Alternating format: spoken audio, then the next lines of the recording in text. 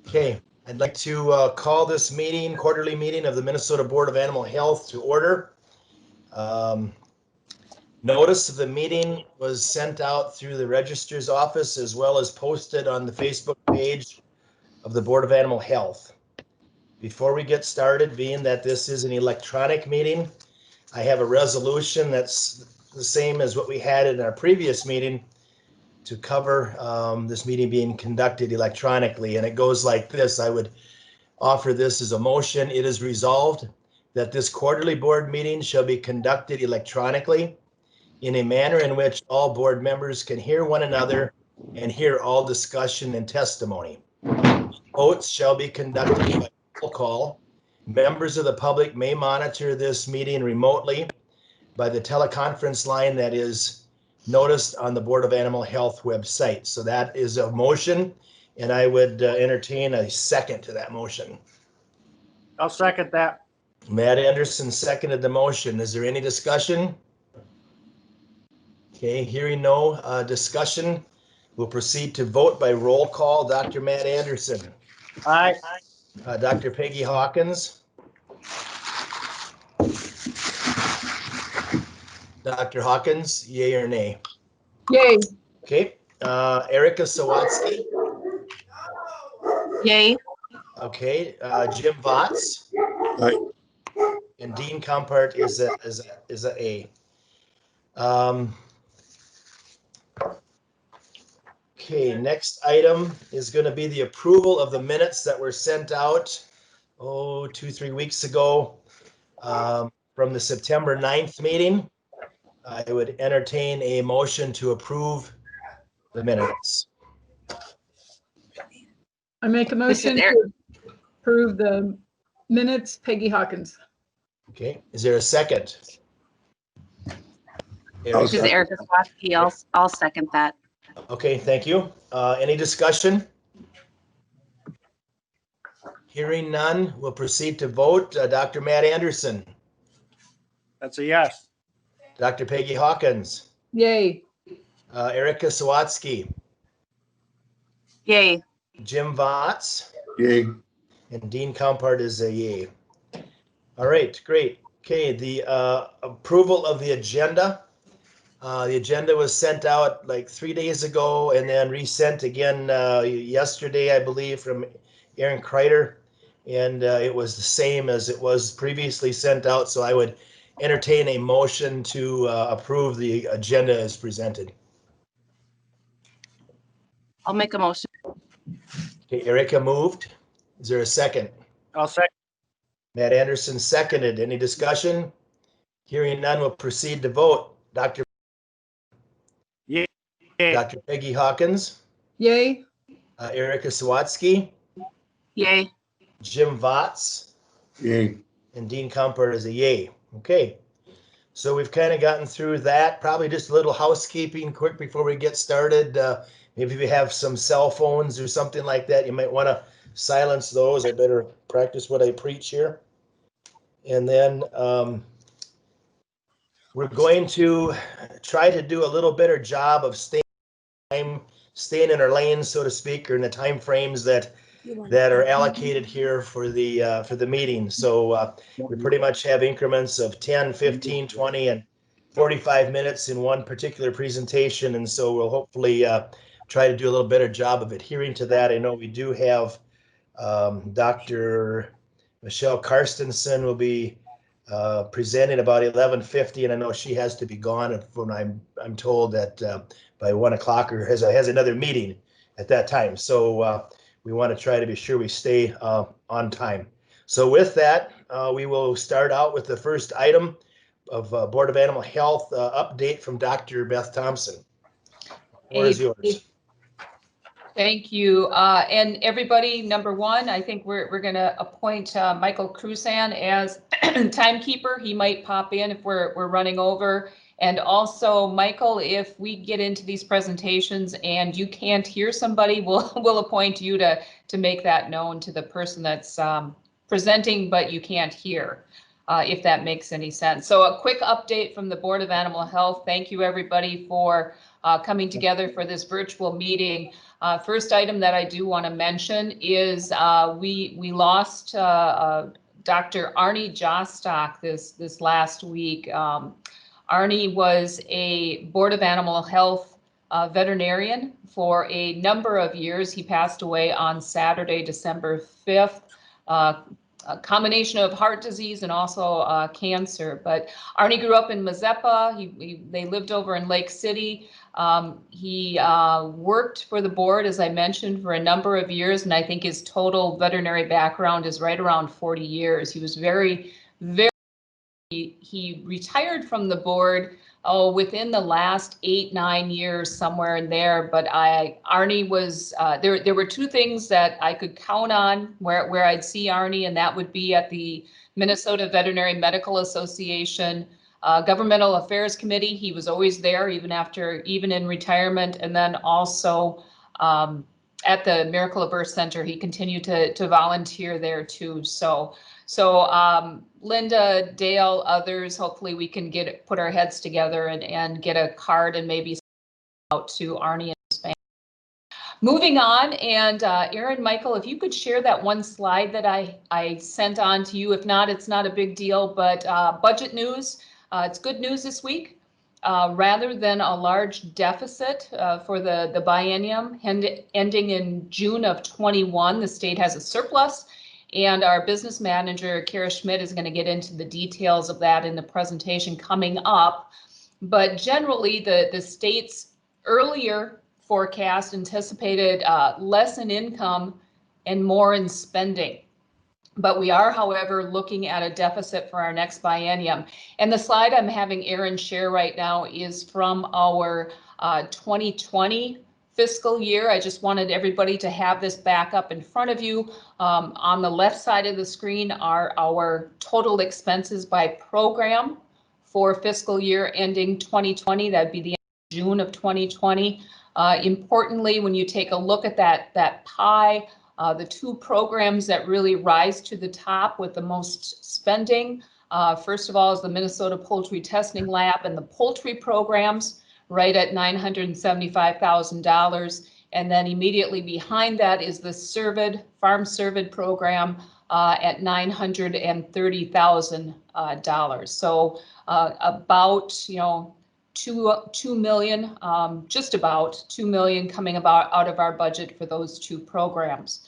On the right-hand side of the screen is our expenses, again, for fiscal year 2020. And as usual, we usually run right around 2/3 of our expenses are payroll. Board of Animal Health, our biggest expense is our people, because that's what our programs are built on, is our people, both staff here in St. Paul, staff at the Minnesota Poultry Testing Lab, and our field staff. So again, putting that out in front of you, we'll see what comes up in this next year with the legislature. And we're really, looking at the next biennium and what is going to happen there. And I'll turn it to Kara during her presentation to talk about that. Quickly, African swine fever preparedness. We've got a lot of different groups that are still working national, regionally within Minnesota. Dr. Hafes is really taking, he's the one that's in charge of all the work that's being done here in Minnesota. Last week, we had a meeting between Minnesota and Iowa talking about what it is that we're going to do if and when we do see African swine fever here in the United States. I'm keeping the national committees on my to-do list. So during the Iowa discussion last week, we really focused on what each state, so Minnesota and/or Iowa, what we would be comfortable with specifically when we talk about moving animals during an African swine fever outbreak. I think it's critically important that we're prepared not only for African swine, but other foreign animal diseases. And thanks to Dean Compart for joining us last week for that. And I also want to point out too, we have Dr. Marie Grammer from the University of Minnesota leading a very important working group, which is determining tests and types of tests and protocols that we need for movement during an African swine fever outbreak. Lastly, I want to touch on what everybody's dealing with right now, COVID. And probably most of you have heard about the fact that they're finding the SARS-CoV-2, or the disease known as COVID, in animals. And the area that I want to just touch on briefly is COVID in mink. So the SARS-CoV-2 has been reported in mink on farms in the European Union, the EU. We've also had some here in the US. And the virus is causing like a respiratory disease and really significant increase in deaths when it is found in farmed mink. So because some of the workers on these farms, these mink farms, have COVID, it's likely that the infected farm workers are then the initial source of the mink infections. And once the virus is introduced on a farm, spread can occur between the mink as well as from mink to other animals on the farm, such as dogs and cats. So currently, there really is no evidence that animals play a significant role in the spread of SARS to people. However, reports from infected mink farms in the Netherlands and I think Denmark suggest that the environments, there is the possibility of spread of SARS-CoV-2 from mink to humans. And just within the last couple of days, Canada reported up in British Columbia a COVID-19 outbreak at a mink farm. And that was after 8 people tested positive for the disease, with both employees and animals undergoing testing. So here in Minnesota, first of all, just a reminder to everybody, the Board of Animal Health has no regulations regarding mink farms. However, we do have a couple of our state agency partners that do, both Department of Ag and Department of Natural Resources have some regulations regarding fur farms. So we being the board, were able to get a list of mink producers together, reaching out to DNR and Department of Ag, and we have been sending information to those folks just to make sure that they have it on their radar. And it's very encouraging to know that they have a national organization that has also been working with them. So just some round numbers for everybody, just so everybody is aware. We were able to ascertain, I think it was like 11 farms that could possibly have mink within the state. Of those, we had our field staff reach out to them. We were able to discard a handful of them. We've got a couple of people that have like 2 to 5 animals, and they'll have them for, for show or for photography purposes. And really, we have less than 5 farms within the state of Minnesota that are, I would truly consider, a mink farm for purposes of producing pelts. I will let, I don't know if Joni has any, Dr. Scheftel has any additional information that she might have, but I'll turn any of that over to her during her presentation later on in the agenda. She's towards the end of the agenda. So I think that's all I have, unless anybody has any questions, and hopefully I stayed within my time slot. Are there any questions for me?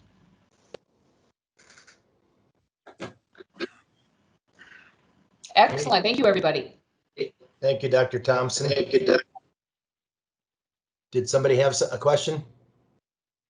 There is the hand. Maybe Michael, you want to explain that?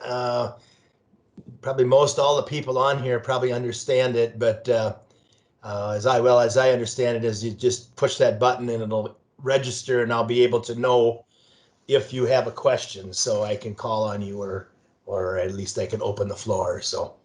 Correct. I just clicked the raise my hand. It's one of the features if you navigate to the top of the bar for the meeting and you see your options, or you click on the 3 dots, you can navigate to raise the hand icon, and then it will show a feature around your box to show that you've raised your hand. And then if you click on participants, you can also see the number of people who have raised their hand if there are multiple people, and it will sort those in order of who raised their hand. You can also use the chat feature, the little text box, to comment if you have a written comment or a written question that you want to provide. Okay, thank you. I've done something here that I probably should not have done. There we go. You're back. Okay.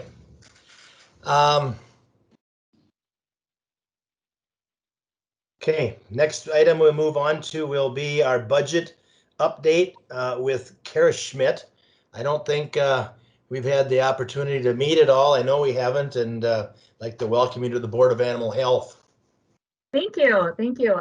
Yeah, I'll take a moment to introduce myself. So my name is Kara Schmidt, and I am the new business manager here at the Board of Animal Health. I've been in this position since late June when Morgan Grelson ultimately retired in July. And I have been actually working for the board since May of 2018. Prior to my current role, I had the opportunity to touch almost every single program housed within the St. Paul office, which has actually given me really great perspective over the big picture of the work that the board does. Previous to my time with the board, I worked for management in the food and beverage industry, and I won't tell you where because it might lead you to believe that I have Cervidae experience. All right, so with that, I will share my screen and get going into my presentation for you. Oh, that's the wrong one.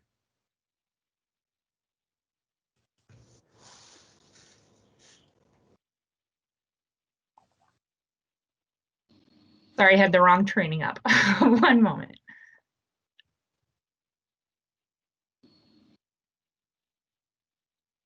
Should pop up any moment now.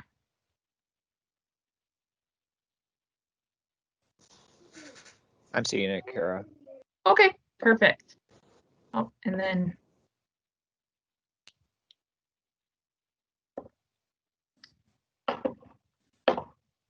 all right, so here we go. Today I will be covering the budget information from fiscal year 20, current year fiscal 21, and what we are looking at beyond. So Beth already showed you, Dr. Thompson already showed you some of this information, but I will go over it a little more. This is our expense information from fiscal year 20. So this ended June 30th of this year. You can see that the majority of our spending is in this category called miscellaneous disease control and all other animal health programs. But as Dr. Thompson also pointed out, following that immediately is going to be the poultry testing lab and poultry programs, followed very closely with the farmed Cervidae program. And then we move into our executive administration costs, emergency planning, and dog and cat breeder program. And so if you go ahead and look at our expenses by category, 2/3 of our spending was on salary and benefits, just as Dr. Thompson mentioned. About 14% of our spending was on contracts. I would say most notable was a reduction in travel spending since fiscal year 19. We went from 3% down to 1%, or sorry, 2%, but that's actually a reduction of about $50,000. Our other expenses went up to 10% from 3% in fiscal year 19, but that's mostly due to a move that we made with our St. Paul office. We moved from the top floor down to the first floor, and with that came a remodel of the space that was required by the Department of Administration.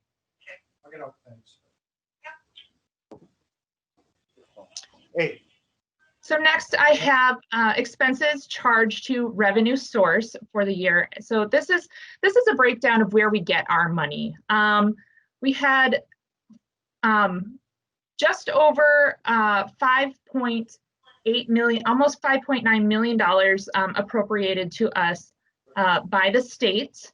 And I will break that down a little more in a bit, but in our general appropriation, so this is our main chunk of money that we get from the state, we had just about 4.6 million of 5.4 million appropriation. We did have a special appropriation for our general fund for emergency planning and preparedness, and we spent within dollars of that appropriation of 200,000. We also received $120,000 in special general funds for our farm Cervidae oversight program. And again, we spent within dollars of that, we had received $120,000 for that. Other notable spending is a significant spending down of reserves in our restricted miscellaneous special revenue fund. And that was largely because of a surplus we had accumulated over several years, most notably in our farmed cervid account, but also in our dog and cat breeder account as well.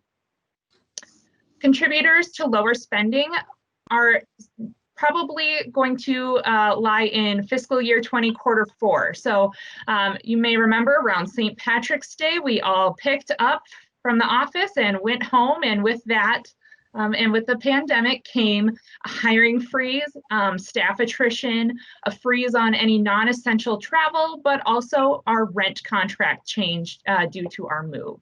So most of our savings came in quarter 4, which is April 1st through June 30th, and has left us with a slight surplus for this year.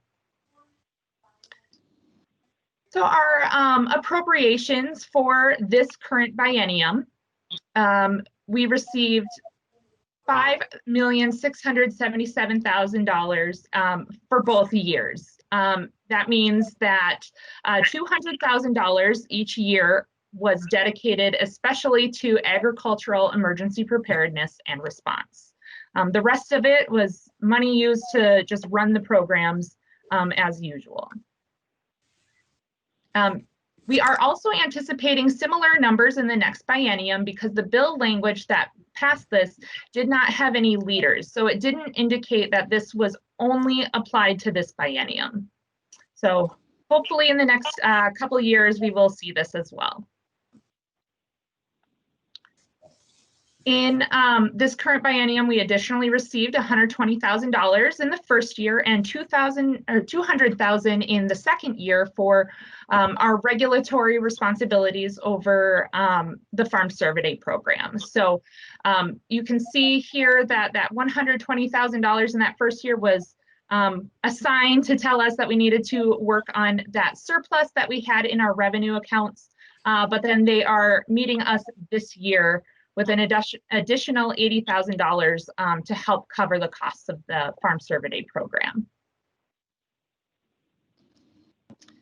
So now moving into this current fiscal year, of which we're almost halfway through already, this is just how we have our budgeted expenses laid out. I would say a notable reduction in salary and benefits is due to the hiring freeze that is currently placed on state agencies, as well as staff attrition.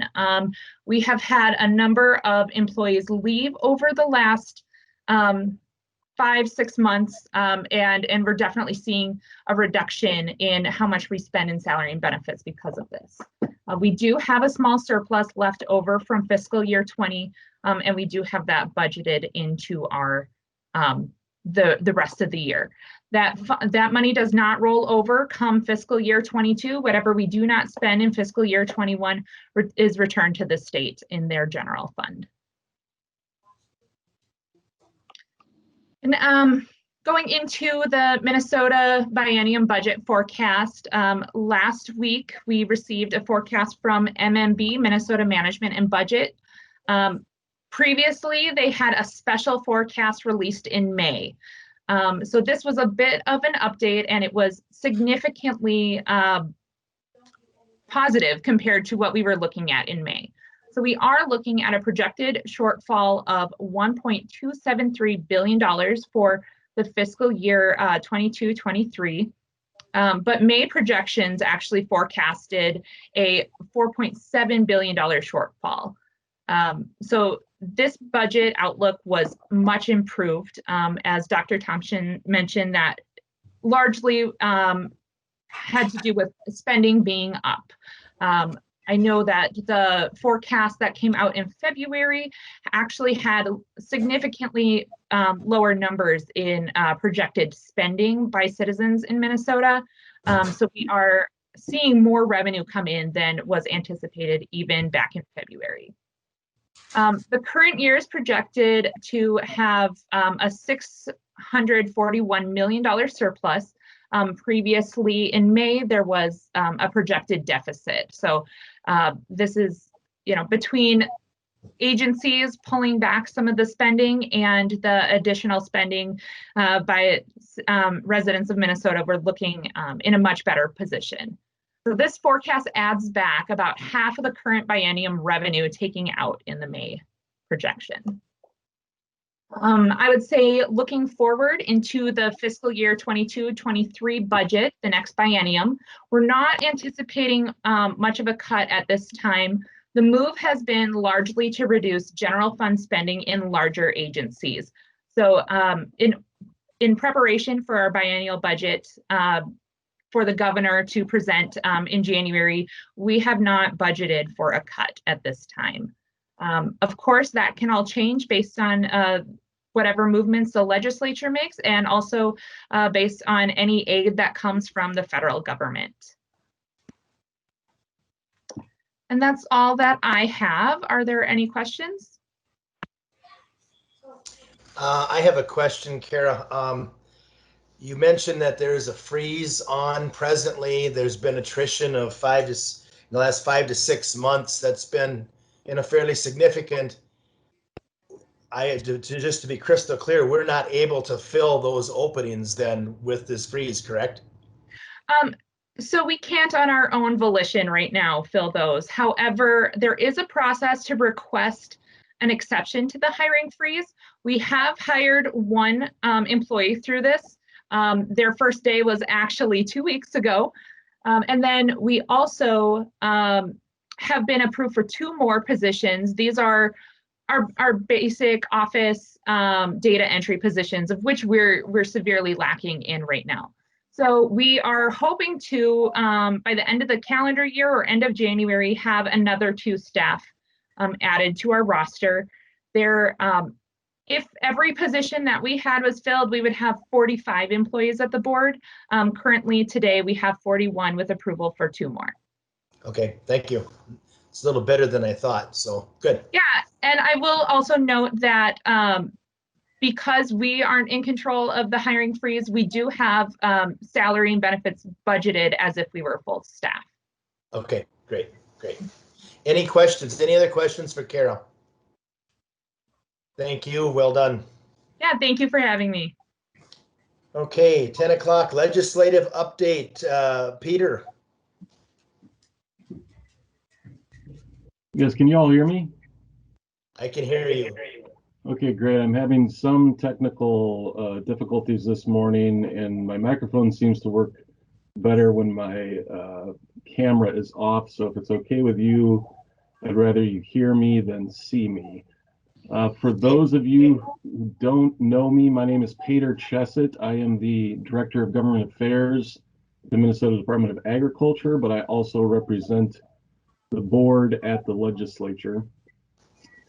Really, Kara and Dr. Thompson touched on a lot of what I was going to talk about, and that, of course, is the budget. We're going into a budget cycle this next session, and as has been said already, we went from a $4.7 billion projected deficit to a $641 million surplus, which is a pretty remarkable turnaround, and I think highlights just how difficult it is to forecast accurately in these uncertain times.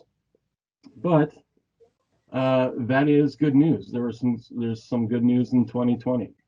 I imagine that the state will be very cautious moving forward, because there is that projected $1.27 billion deficit in the next biennium. But this is also an opportunity. I wouldn't be surprised if in this next special session, which will be, I believe, the 7th special session called this year, which is, again, a remarkable fact, I would see the governor and the legislature using some of those funds for another state level COVID relief package. I do not have details yet on what that might look like. I know negotiations are ongoing, and I expect the special session to be called very soon here, so we will see more details at that time. It is also, I have to mention the fact that, part of the reason we had this turnaround, as Kara mentioned, was increased consumer spending and decrease in state spending, but also the importance of the federal relief package cannot be overstated. And as everyone knows, that is set to expire here at the end of the month. And whether or not we will see another one, I anticipate we will. What that will look like, the devil will really be in the details regarding our financial security moving forward. The regular set to start on January 5th of this year. The governor will come out with his budget later that month, towards the end of January. And then, of course, we will have another budget forecast sometime in February. And again, I think there is cause to be hopeful that forecast might bring good news again, but you just never know. So we will have to wait and see what happens with that. But again, I certainly anticipate that the legislature and the governor's office will move in a fairly conservative fashion when crafting this next budget. And the state does have a rainy day fund with about, I believe, $2.4 billion in it, which is significant and puts Minnesota in a great place compared to other states. But I know both the governor and the legislature are very reticent to actually dip into that rainy day fund. But that is, that is another possibility. Apart from the good budget news, we did also have an election in 2020, which brought some significant changes, particularly in the House of Representatives. For our area, the chair and vice chair, Representative Poppy and Representative Brand, did not win re-election. So it was recently announced that the new chair of the House Ag Committee will be Representative Sundin. He's out of ESCO. And the new vice chair will be Representative Todd Lippert out of Northfield. So we will see what that brings. Not much change in the Senate, except they combined the Ag Policy and Ag Finance committees into one committee, which will be chaired by Senator Westrom. Oh, I should also mention in the House, they also combined the Environmental Policy and Environmental Finance committees. So that's one committee now, and that will be chaired again by Representative Hansen. So that is my brief update. There's just so much that we don't know right now, but I do believe there is, there's cause for some optimism going into this next session, and we'll just have to take it one day at a time to see what presents us. So I'd be happy to answer any questions if there are any. Anybody have any questions for Peder? Any questions? I'm not seeing any, Peder. Well, thank you for having me. Thank you. Okay, looks like next up we have USDA up Tony Dank. It's all yours, Good. Tony. Welcome. Thank you. I appreciate the time and opportunity to present to you guys. As you said, my name is Tony Dank. I am a field veterinarian based in Duluth with USDA. I am obviously not Dr. Schefbauer. She is currently on a detail and sends her regards. Let me pull up my PowerPoint here and I'll go through just a little bit of information on what's new on the USDA since we last. As I stated, Dr. Schefbauer is completing 2 details and will be back towards the end of January. And we've had a rotating schedule of who's been our acting AVIC. Doctors McGuigan and Amy from Illinois and Michigan, respectively, served through October and December. Currently, Dr. Jamie Davis is our acting AVIC. And then from the December 21st through the end of the time, we'll have all Minnesota-based acting AVIC. So Dr. Berger, myself, and Dr. Corcoran will be finishing out. Let me actually put it into a slideshow. Can you guys see the presentation there? Yes. Okay. The next bit is an HR update.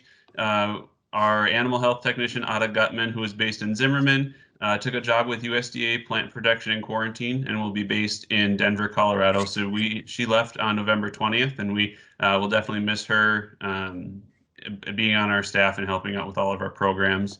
We did welcome a Salty Wilson scholar on November 22nd. She will be with us through her school winter break in January, out to January 23rd. She's shadowing a lot of our virtual programs and getting familiarized with what the USDA does and how the veterinarians interface with that. Oh, yeah. We do have an animal health technician position that's currently on the South team that was advertised, and that application period closed on November 5th. The counties that were advertised were Blue Earth, Dakota, Le Sueur, and Nicollet counties. The interview and selection process is underway with that, and hopefully we'll have a candidate selected before our next meeting in March. Getting on to some of the actual animal-based projects that we have to update you guys with. There's an oral fluids pilot project that's being rolled out into states with large swine populations.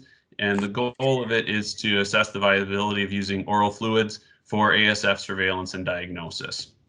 The way this project is being run is foreign animal disease diagnosticians can collect oral fluids in cases where CSF or ASF would match the criteria, as long as they are able to collect paired samples that would be the current accepted samples. They can also collect oral fluids and compare that to see if we have another method to surveil and diagnose African swine fever, as Dr. Thompson said, if and when it arrives here.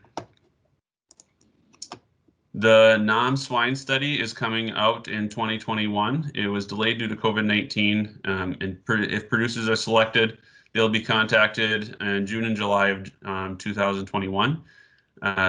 As part of that study, they'll be assessing the livelihood and the impacts that the producers receive or were subject to in 2020 with COVID-19. Minnesota has been selected to participate in both the large and small enterprise study. The large enterprise will include face-to-face interviews and biologic sample collections. The small enterprise study will just be a mail-out questionnaire and telephone interview. There was an update coming from NVSL regarding our DPP, or dual pathogen platform submission requirements. This is the testing used for brucellosis and tuberculosis in farm deer. The biggest impact is that we are going to see a stricter regulation on the 5-day requirement that samples are collected and received at NVSL within 5 days. If they extend beyond that 5 days or are received on a weekend or a holiday, they'll be classified as invalid. Any submissions that have incomplete data in their submission forms will have an opportunity to be reclassified and accepted if a completed 10-4 or submission form is sent to the AVIC, the state animal health official, and NVSL. All the designated accredited veterinarians were notified in an email from Dr. Glaser back in October of this change. The CWD indemnity status based off of the Houston County herd that was positive, just to give you guys an update. The herds, some of them have been appraised, the Houston, Morrison, and Stearns County herd specifically. 2 of those herds have been indemnified and the animals depopulated. The herd in Beltrami County that's involved with the trace is in the process of getting the appraisal scheduled, and the Winona County herd has not yet been scheduled for the appraisal. Where we sit as far as the budget status, the Cervidae staff has assigned a low priority to the Houston County herd with the positive doe, and in conversation with the Cervidae staff, they don't anticipate a full budget, a full appropriations until March. And right now we're waiting on a continuing resolution that expires on Friday before we can determine any budget availability. So no real update on where we sit with that, kind of just in a holding pattern, waiting for legislation. With that, I hope I stayed in my 10-minute time frame, and I have a few other APHIS colleagues on the call with me, and we'd be happy to answer whatever questions we can that you might have right now. Okay, thank you. Any questions for Dr. Dank? Beth Thompson, it looks like you have your hand up. I do. Thank you, Dr. Dank, for joining us today. It's good to see you, and I hope everything's going well up in Duluth. Are you able to make any comments on possible changes within USDA with the change of an administration? What you're seeing as far as continuing to fill positions as they open up, or any other budgetary questions, or is that all to be determined? I am, as not the full-time AVIC, I'm not fully privy to that information. I believe the position that Ms. Gutman left in November has been sent as a possibility to open applications for, but we've not heard anything on the budget on that. Other position-wise, I really, Dr. Thompson, I'm not familiar with it, so I shouldn't make a comment that I can't have the full answer to. All right. I just thought I'd check. Thank you. And again, thanks for being here today, Tony. Oh, thank you. Thank you for having me. I appreciate it. Any other questions? We have 15 minutes. Anybody else with APHIS that's on the call have anything to add at all? Okay. All right. Very good. Well, we will proceed to our 10:30 time slot. Dashboard demonstration from Dr. Stacey Schwabenlander about TB, it looks like. So the floor is yours, Dr. Schwabenlander. Good morning, everyone, and I'm quite excited to have the opportunity to share this information with you all today. It's been a bit since we've had an update on TB, and I believe it was April of 2019 that I provided the last update. So you'll notice this morning that numbers are going to look significantly different than they did about a year and a half ago. And what I'd like to do is take the opportunity to not only share where we are at with our TB trace investigations, which you may all recall, we started receiving quite a number of these trace investigations back in March of 2017. And what I'm going to show to you is the work that we've been doing here at the board to move through these investigations through a tool called Power BI, which is a business intelligence tool.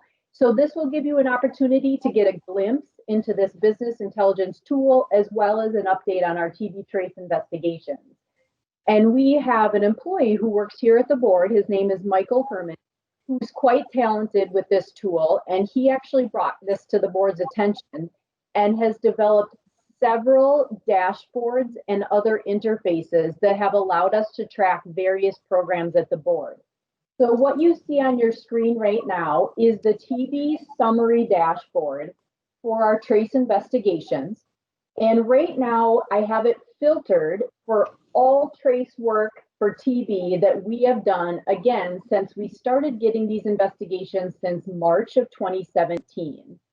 And I took over cattle programs from Dr. Glaser in the summer of 2017. So this is a lot of the work that I've been able to be involved with since starting with cattle programs. Though I've been with the board for over a decade, cattle programs have only become under my purview since the summer of 2017.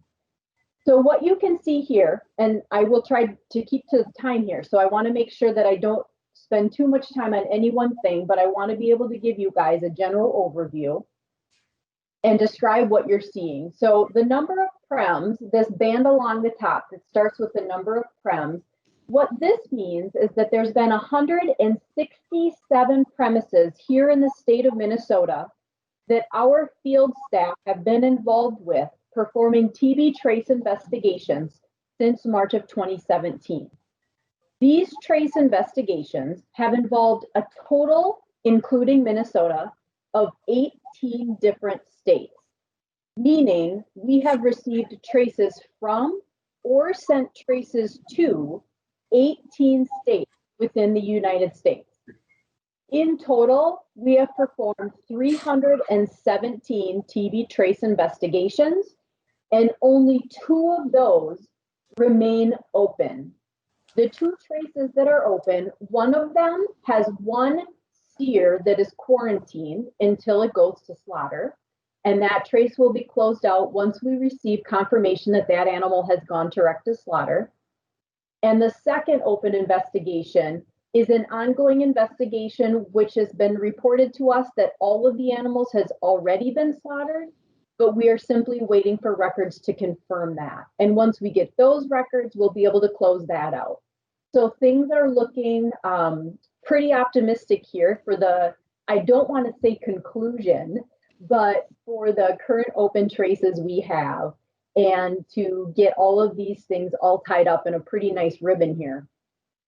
So you can see multiple graphs and charts on here and multiple indicators. And so what I would like to focus on is just a few of these things that you may be interested in. For example, right here in the center, there's this test type chart. And what this shows is a total of all cattle that have been tuberculosis tested as part of these investigations. So as you may recall from an earlier update, we did have a group of cattle from some of the South Dakota infected herds that were breeding cattle that maintained their presence on the landscape here in Minnesota for a period of time. Those cattle were TB tested in order to release them from their quarantines. Because the only way for us to get through these TB trace investigations is to have a group of cattle that can A, test completely negative so that we can clear the herd, B, go direct to slaughter so that we know they're off the landscape, or C, leave the state and have us send that trace to the state of destination so they can follow the group of cattle. So there's 3 ways we close these traces out, and these TB tests represent one of those methods to do that. You can see that in total, we tested 2,830 head. And of the cattle that were caudal fold tested, we had 79 responders, of which all 79 tested negative. This line here that says TB histology culture, it shows that there were 10 head tested there. Those 10 animals represent known exposed animals for TB that we knew came out of a South Dakota herd, and we knew they were exposed because they bore the brand of the herd of origin. And we know that those branded cattle were exposed to TB in those herds of origin. So those 10 head were animals that were actually found during our investigations, and they were indemnified or purchased with federal funds so that we could get them off the landscape and confirm that they did not have tuberculosis. So that's those 10 head right here. And you'll notice that since we didn't have any CCT responders, that we found no TB here in Minnesota for all of the TB testing and all the TB trace investigations that we've done. So that is ultimately the best news of all of this. And what else I would like to show you is, as an example, you see this map right here. So what this map shows is a total number of cases or TB investigations based on where the investigations have happened here in the state of Minnesota. So you will see, and I'm going to click on a button called focus mode, which will blow this image up on the screen so we can see it closer. You'll see that each circle represents a different color, and circles may get larger as more investigations occur at that premises. The colors denote whether or not it's the first time that investigation has been landed here in the state of Minnesota, or whether the group has been followed to several different premises.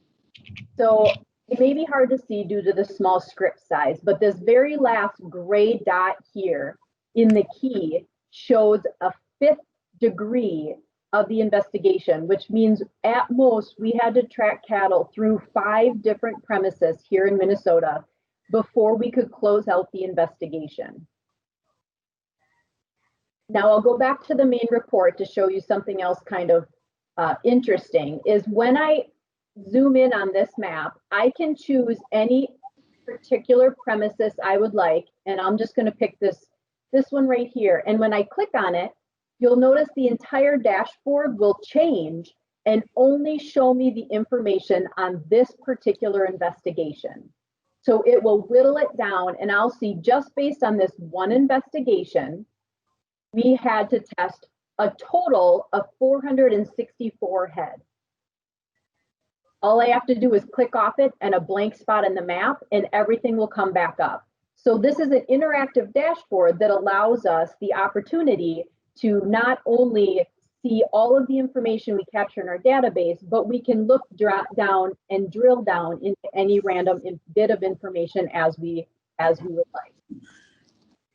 One other interesting thing is this EPI investigation update, which also shows a traced out of state and a traced further update. And what these numbers show is how many cattle in total were traced through the investigations based on whether it was the first time we found them here in the state, or if they moved on to a secondary premises, third, and all the way down the line. So in total, to be able to read this to you, what we see here is that 16,706 head of cattle were sent to the state of Minnesota, possibly exposed to tuberculosis. The first primary trace, which means the first time we received notice of cattle, in total, there was near 17,000 head that we had to trace. Now, some of those animals, after that first trace, were automatically traced out of state. A total of 12,246 head we traced out of state, while 3,017 head were traced within the state of Minnesota as a continuation. Now, you might notice that not all of these numbers add up. And that's not a surprise, because as you probably well know, all records are not perfect. So while a producer might receive 100 head of possibly exposed cattle, if the records do not delineate which 100 head those were, we might in fact have to trace 200 head out of that property. So that's why not all of the numbers will add up. All right, really quickly, I'm also going to show, since we don't have a ton of time left, I'm going to show you a flow map, which was also built, and some of these are the slides we already talked about. So I'm going to zip through those, and I want to show you a flow map. Now, I'm not going to spend a lot of time on any single slide. I just want to give you an idea of this business intelligence tool and this map that Michael Herman developed for us. So here you can see the date down below. The traces started in March 17th of 2017, and the ribbon across the top keeps our current information. So these boxes will not change, but what will change is this red box on the upper right. So the statuses that you're going to see there is how many cattle in total we traced in to these traces currently on the screen, which you can see South Dakota right off the bat sent us traces. As this red box in the upper right changes, you'll see the EPI investigation number change, so we can see how many cattle were traced into the state. You can also see how many were traced out of state or how many were traced further within the state. Again, I won't spend a ton of time on any given slide. I just want you to be able to see how this changes over time. So I'll explain the first few and then I'll click through them and give you guys an opportunity for questions if you have any. So here, 2 weeks later, you can already see that Iowa and Kansas have joined with South Dakota in either sending us traces or receiving traces from us. And you can see the epi investigation number is crawled up, and we've already began to trace animals out of state. So at least one of these were ones we traced out. Unfortunately, the one thing we can't tell from the map is which direction these traces are moving. And you can see already the map gets more and more complicated as time goes by. Now, right now, we're in November of 2017, and you can see significant numbers of trace investigations have occurred. Our epi investigation count is near 3,000. Here we have Texas added to the mix. So this was January of 2018 when Texas became involved. And basically what we're doing is going up by quarters now to see how these numbers change. Now we have Michigan involved, and clearly it gets really difficult to gain a lot of information from the map as the cases build upon one another and the dots get larger and larger to represent those increased number of cases. But overall, what the purpose of this map does is provide insight into just the sheer volume of investigations that are occurring and how widespread these investigations really are in involving other states. So you can see Pennsylvania, Idaho, California have all been added to the mix here. You can see all of the other states that we've either working with to send or receive traces: North Dakota, Wyoming, Colorado, Tennessee, Oklahoma. It's really amazing just to be able to see some of this as a kind of big picture concept of how these TB trace investigations have rolled out.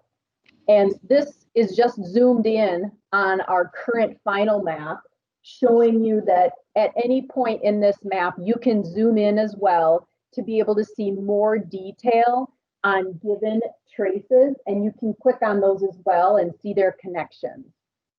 So that's basically the purpose of the map, as well as our dashboard, and how we are able to link up all of the information that we capture day to day on these investigations and then display that to leverage that data to tell a story about all the work that is being done and everything that is helping here to create the atmosphere where we are able to protect our herds here in Minnesota and try to be certain that we don't have tuberculosis. So it's a very powerful tool, and it's a really phenomenal thing to be able to see and visualize just all of the hard work that our field folks are doing to protect our cattle here in Minnesota.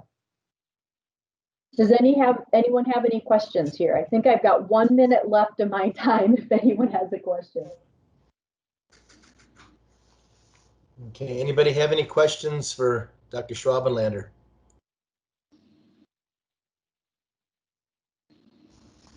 So I imagine a good share of these are going to be coming through some type of an auction market or a concentration point, or not necessarily. We do have quite a few markets involved in the traces. Some of them will come directly to producers. As a matter of fact, I would say that most of the traces that enter Minnesota for the first time are coming to producers. However, a lot of times those livestock producers will elect to sell cattle through the livestock concentration points or the markets. So we will typically, as we move through an investigation, a lot of the markets will become involved. But right. Typically they're not the first place the cattle land. Okay. Thank you. Anybody else have any questions? Pretty amazing tool here. It's Yes, it is. It's great. Okay. Well, seeing no more questions, we'll continue to move on. Can you hear me? Yes. Matt? Yeah. I tried to raise my hand, but it didn't. I'm not figuring it out, I guess, here. Okay. Does it show now? No. No? Are you Okay. seeing his hand up? No, it says can't see raise it. hand. I click on it. Okay. Well, that's But I all right. You can go ahead and just get our attention. Go ahead, Matt. How do I get to this dashboard? That's a great question. So right now, you need a license from the I got a board. license. Well, if you already have a license for the tool, I can send you. No, I'm just kidding. Okay, well, I honestly don't know who's all included right now in the licenses and whether or not you guys are as our board members or not. I'm not sure who tracks the licenses. I think it might be someone else within our agency, but this is basically something that various board staff can have links to. I'm not even sure if our federal counterparts can access it directly without a license. So there is that requirement to have the Microsoft Power BI license in order to view the data. Okay. Yeah, I mean, it's really cool, but I can't get to it. So how would I possibly get a license? That's a great question. And I might have to defer that to our IT folks, or I believe Marita Bliven might be overseeing licenses, but I apologize, Dr. Anderson. I'm not overly familiar with the licensing process for the software. Would you like me to step in, Stacey? I'm familiar with this a little bit. So right now it's an internal only tool. At this time, Minute does not have the capability to allow this program to be outward facing and accessed by any external folks. So at this time, we can't even share this necessarily with our federal partners, but it clearly has been extremely useful just within the agency. And I do know as built, this tool, this specific dashboard would never be able to be public facing because you can actually drill down to the level of a premises. And because of our non-public private rules here, we do protect producer names and addresses. So this one specifically could actually provide data that we wouldn't be able to provide public facing, as Kara mentioned. Thank you. Okay. Sure. Allison Vanderwall, I assume your question was answered in what she just stated? Yes, thank you. It was answered. Okay, very good. Any other questions for Stacey? Dean, this is Lucas Sjostrom. I Yes, was only Lucas. able to be on the past 15 minutes, but from what I saw, it looks fantastic. So just wanted to thank the board for their work. Okay, thank you. I'll pass that along, and I just did. All right, any other questions? Okay, great. We'll move on to College of Veterinary Medicine update. Dr. Laura Molgaard, are you there?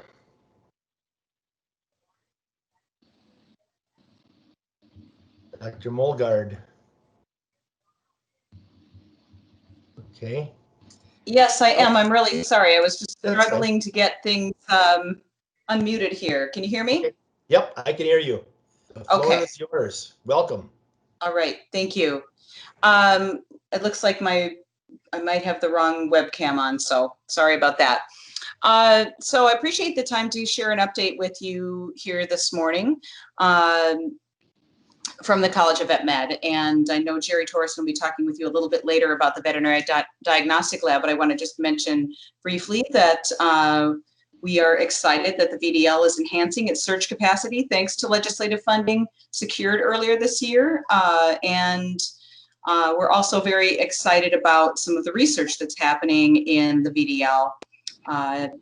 Some members of Jerry's team have recently received funding from the USDA, and we're really excited about the work that they're going to be embarking on. In student news, we've been lucky to be able to continue our education despite the COVID pandemic using new strategies. We have a hybrid curriculum right now where we're using, we're saving time during the school day for students to be doing small group laboratories and clinical activities, and the lectures and other activities are happening online in order to provide the flexibility in the student schedule that they need to be able to do those labs. Again, in much, much smaller groups, many more sections of laboratories than typical.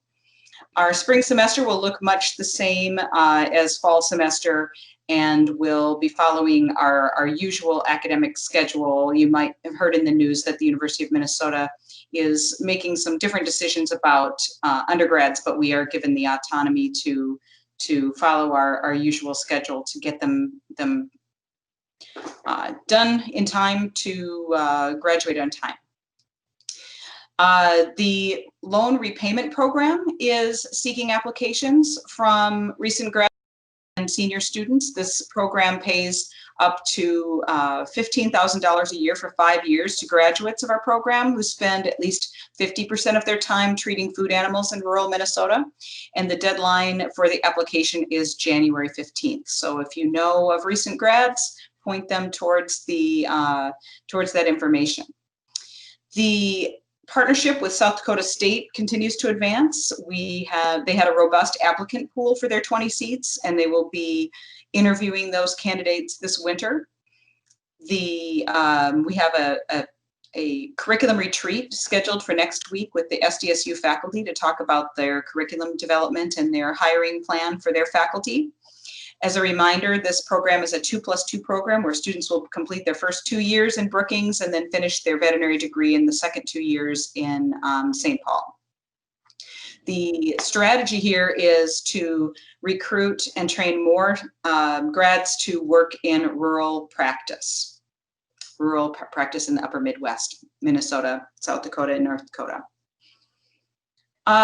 We have recently extended an offer to a new faculty member for our last Ag-Reat faculty position. You may have heard of our updates on Ag-Reat faculty in the past. This is a strategy to recruit faculty for ag research, extension, and technology transfer. And this particular faculty member is in the food animal One Health microbiome area. The top candidate of this, who's been extended the offer, is a veterinary immunologist and parasitologist who is looking at the fate of antiparasitic drugs in the environment as it pertains to livestock and this discovery of new antiparasite agents. We hope to have her on board by fall. In COVID news, we have an exciting new research project Dr. Scott Wells is leading with faculty from the College of Veterinary Medicine and the School of Public Health to roll out a surveillance study of COVID-19 among asymptomatic populations within our veterinary community, students, faculty, and staff. We have more than 200 faculty participate in asymptomatic COVID-19 surveillance to individuals with self-reported incidents of COVID-19 illness. And this study also seeks to evaluate the performance and effectiveness of a surveillance system that uses pooled testing instead of individual testing. Because so many COVID-infected people are asymptomatic, the surveillance testing is important to help identify asymptomatic infected people to reduce spread so that they can self-isolate. Budget planning is what we spend a lot of our time talking about around the College of Veterinary Medicine, and I'm glad to hear the good news today as far as how the board is looking at budgets, state budgets. But at the university, we are being asked to model reductions of 3%, 6%, and 9% to our current budgets, which would be reductions of $1.3 to $3.9 million at the college level. And this will be on top of the typical university reallocation of about $1 million, which is a normal reallocation in a normal year.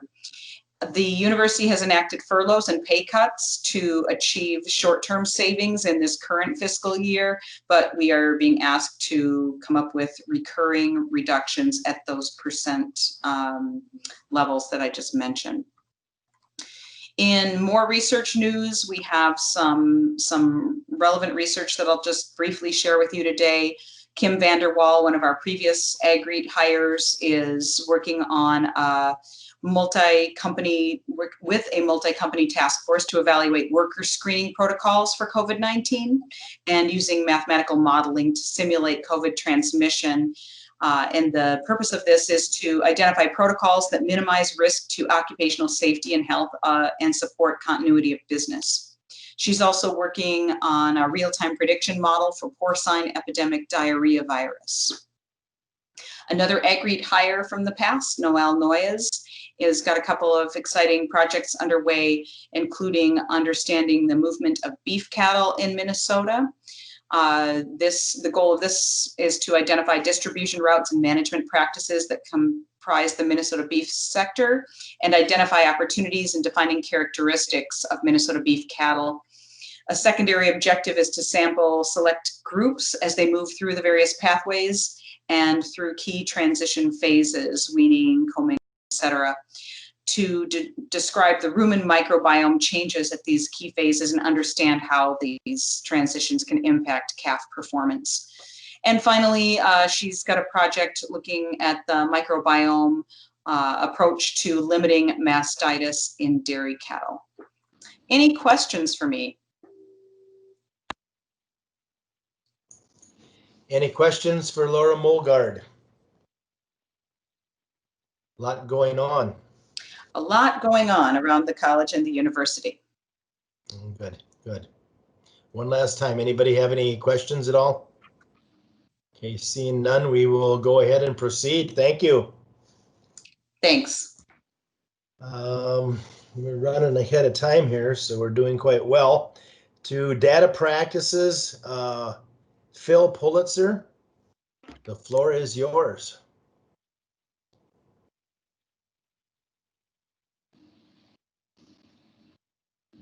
Phil, are you there?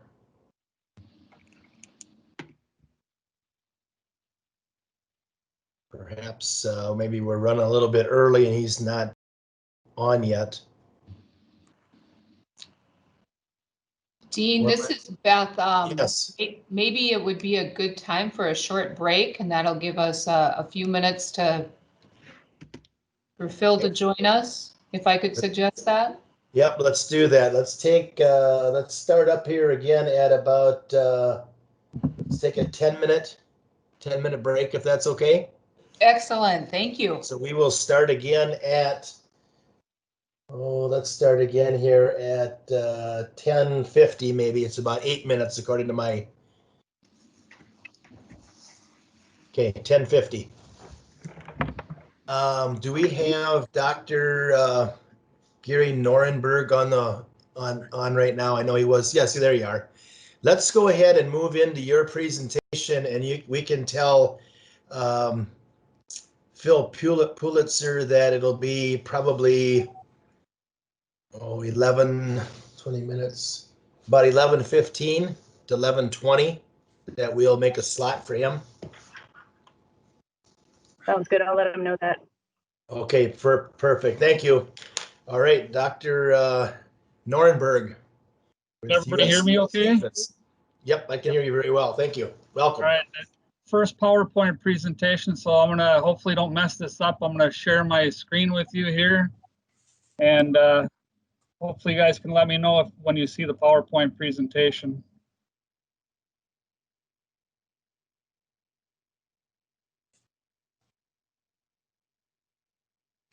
Are you guys able to see my presentation? I see you. I'm not seeing a presentation. All right. Anybody know how I do in Teams here? I hit the share content, but I am not sure how to make this work then. Then you have to pick the screen that you want. Okay, I did just do that. Okay, we found some pictures of feral pigs and piglets just showed up. Okay, so you can see that now? Yes. All right, I will begin. Thanks everybody for the opportunity to speak to the group today. Before I get started into the swine specifically, I was thinking it might be useful to give you a brief background on USDA Wildlife Services program in case any of you are not familiar with what we do.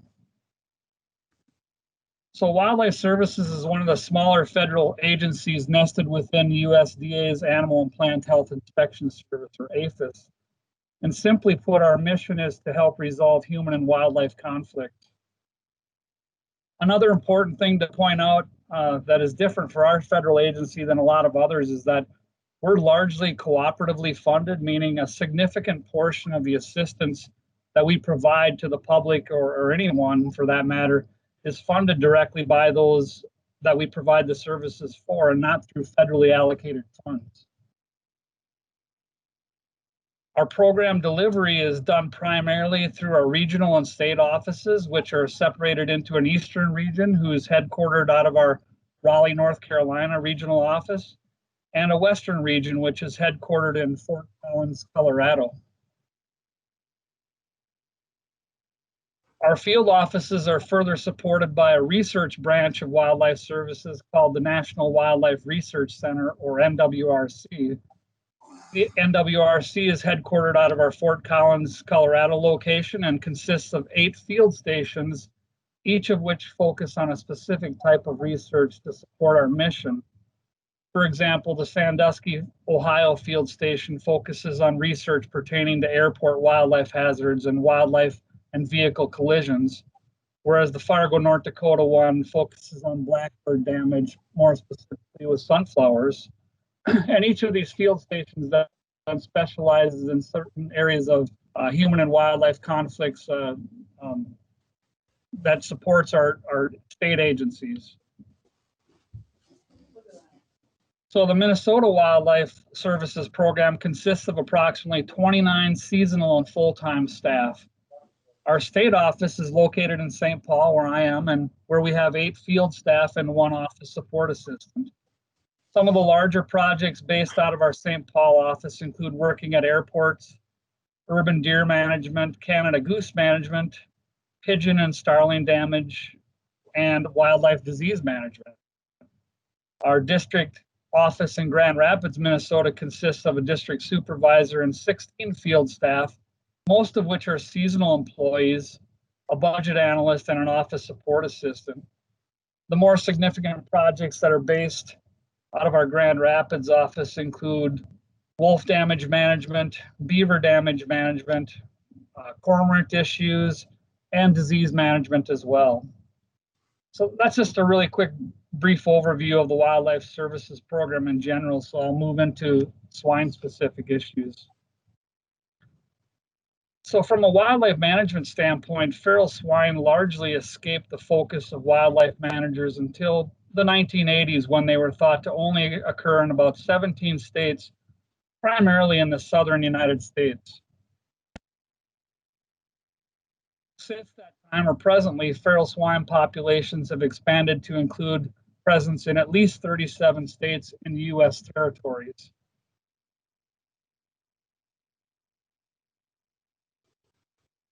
This expansion from the 1980s to the present has been primarily attributed to the natural range expansion of existing feral swine populations, intentional release to provide hunting opportunities, and the escape or accidental release of domestic swine, captive Eurasian boar, and/or hybrids. The current estimated costs associated with feral swine damage and control in the U.S. are in excess of $1.5 billion annually. In response to that increased damage and the disease threats associated with feral swine, in 2014, Congress appropriated funds that are administered by USDA APHIS to address feral swine issues. Additionally, funding was added in the 2018 Farm Bill for a pilot program that is jointly administered by APHIS and NRCS for site-specific feral swine control projects.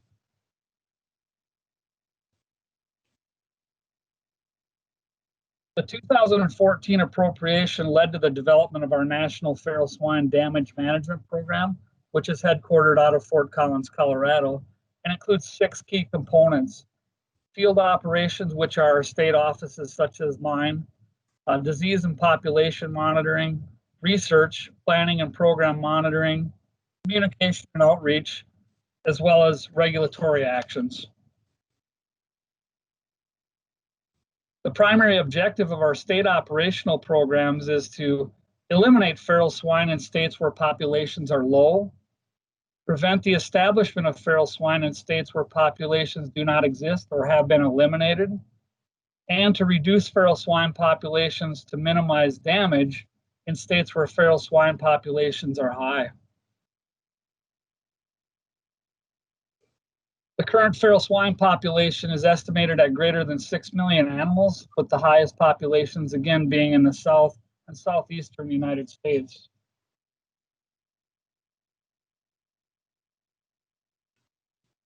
From a field operations standpoint, each state is classified as a level based on the estimated feral swine population in that state. So it's kind of a busy slide here, but I'll break it down a little bit further. The current classification of states is shown here, with Minnesota being yellow here, currently classified as a detection state. I should mention too that funding availability for each of these states is primarily determined by their classification or level, again, based on the estimated feral swine population in each state. So for example, a level 0 feral swine state, as far as our agency is concerned, has no feral swine.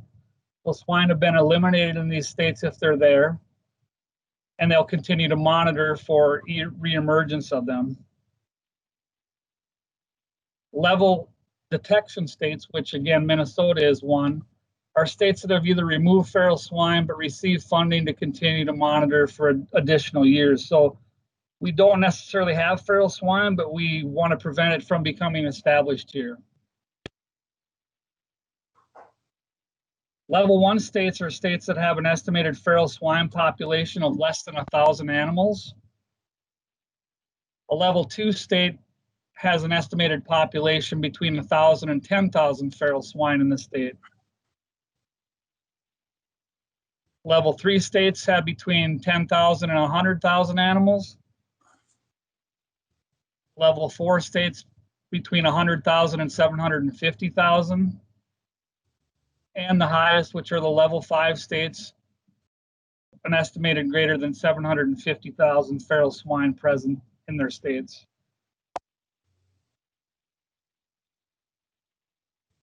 So Wildlife Services Swine Damage Management Program utilizes an integrated approach to protect a variety of resources, which include agricultural crops, livestock, disease threats, human safety, property, and natural resources. The primary control methods for feral swine throughout their range includes a wide variety of traps, such as shown here, as well as shooting both from the ground and from the air.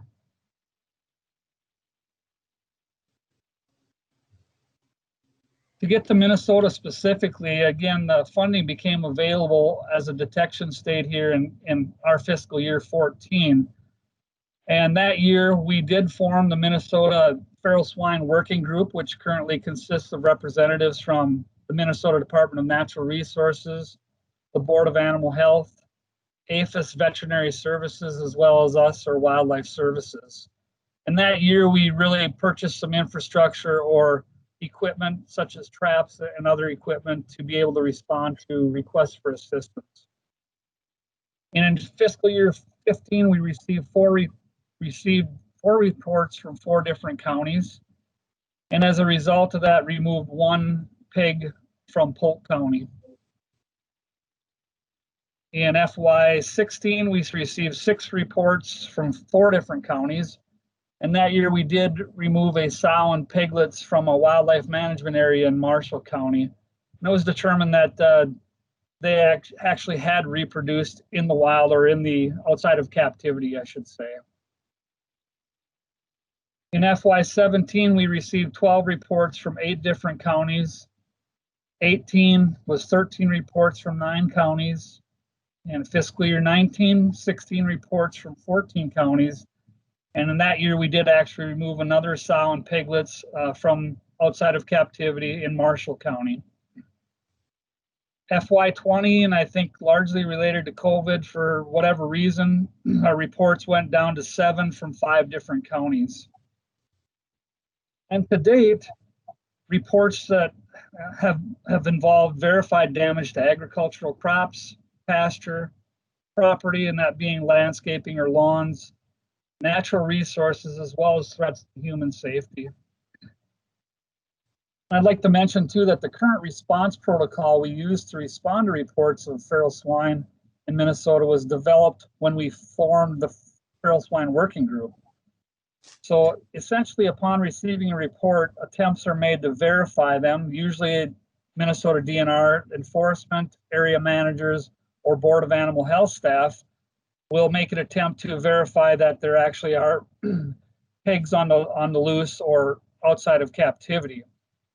If verified, attempts are made to determine ownership, followed by attempts to return the animals to captivity. However, if unsuccessful and the working group decides whether, at that point in time, whether or not to move forward with wildlife services attempting to remove the animals from the landscape. And usually ample warnings and or discussions with property owners takes place prior to that happening. But in the event nothing has been done and the animals are still on the landscape, that's when we concur to basically move forward with removal if needed. And at that point in time, we usually dispatch someone to investigate the site, deploy things such as cellular cameras, bait sites to try and pattern the animals and see if we have a chance to either trap or remove them via shooting. Also mention that any animals that have been removed or are removed have blood and tissue samples collected and submitted for testing for a national program. Current testing is looking at or for pseudo-rabies, swine brucellosis, and classic swine fever. So it's kind of a quick run through, but I'll finish up by referring to our 5-year report for the National Feral Swine Damage Management Program that I think you guys might have been sent a copy out from someone already, but if not, I can get you one. The report's pretty extensive. It covers a 5-year period through our fiscal year 18. I think it's 250 some pages, but so it's not completely up to date because it ends through fiscal year 18, but it does give you, if you have a chance to look at it, a really good, much more in-depth look at the program than what I'm able to give in a short presentation here at this time. So I know it's kind of fast, but covered a lot of ground, I think, but I'd be happy to answer some questions if anybody has any right now. Okay, does anybody have any questions? I do. Up in North Dakota, right along the Canadian border, there appears to be a pocket of feral pigs. Are they truly feral, or do they think they're pigs that have escaped domestically, or and quite a hardy animal if they're going to be sitting up in that part of the country? Yeah, and I think that's a good question there. And from what we can tell, Saskatchewan has the highest population for Canada as far as provinces go for feral swine, and they do actually have truly feral swine up in those areas. And so we have had some incursions or thoughts of incursions in North Dakota there, but so far we're just, being on guard and trying to pay attention so they don't become established. And I think it's worth pointing out too that so far in Minnesota, we're fortunate that most of the situations we've been dealing with have been loose domestics or escaped swine. It doesn't mean that it lessens the potential for damage associated with swine. And a good example is the one that we dealt with in Marshall County, whereas it doesn't take long for these swine, and they're pretty hardy, contrary to popular belief. They can do very well in very cold climates on their own as long as they've got food and habitat. So in that particular case, it was a fairly isolated and remote wildlife management area, and there was a fair amount of rooting and other damage that took place, but it's not hard to imagine that if left to their own demise, it wouldn't take long for them to establish themselves in a fairly remote area and become a problem, or more of a problem than they were. That answers your question. Yeah, thank you. Thank you. Does anybody else have a question? Looks like there is a hand up from the guy called the general population here. There's anybody wants to ask a question, go right ahead. Beth Thompson here, just to, Dave Preisler has a question in the chat, and I think it's been answered. Dave's question is to clarify whether or not in Minnesota these are domestic pigs that were either let loose or lost, or are they truly feral? And then the second part of his question is whether or not there are maps available from the feral swine issue up in Canada.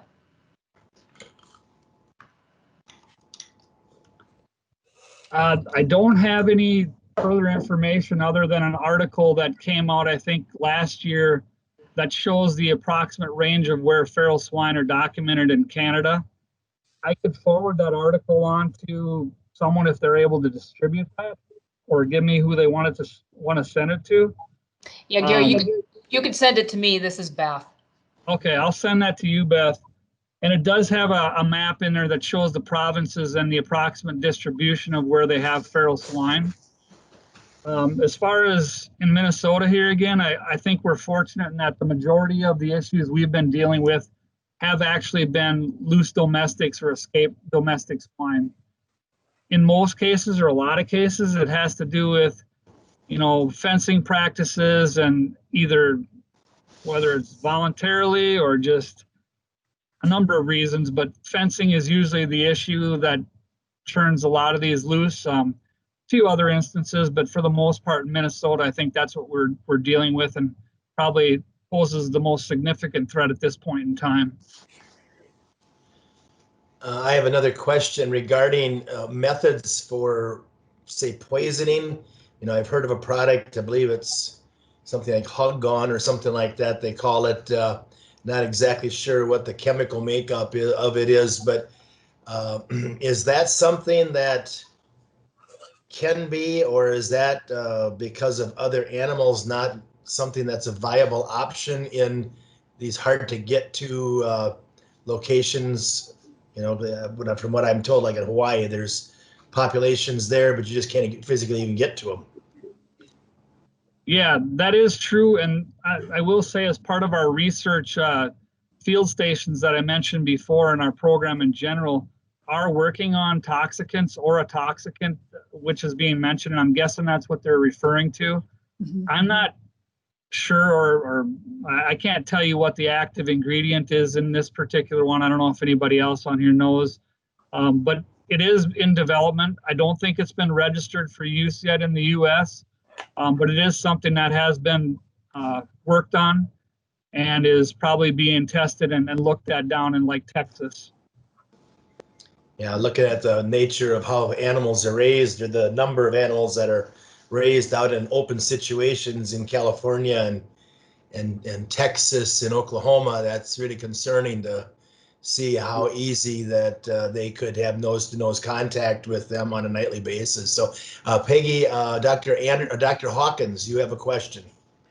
Yeah, I just wondered if you have heard anything, or certainly you're looking at the fact that a number of small producers, when they had no place to send their pigs, were selling them via Facebook, and truckloads of pigs were leaving farms, supposedly going to slaughter in Minnesota.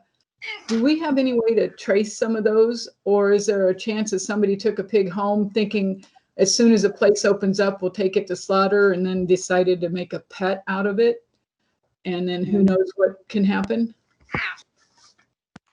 Yeah, that might be a better question for Beth to answer as far as the tracing, but I'll tell you, it is a concern on our part, and we've heard anecdotally that very situation you've been talking about. A lot of people were buying pigs for, very cheaply, and thought they had an outlet for them, and once they found out that you're hard pressed to find anyone that's going to butcher or process, and if they're not willing to do it, I thought and I still think that the potential for more animals being released is there, although we haven't realized or seen that yet from reports, but I think that's a real concern.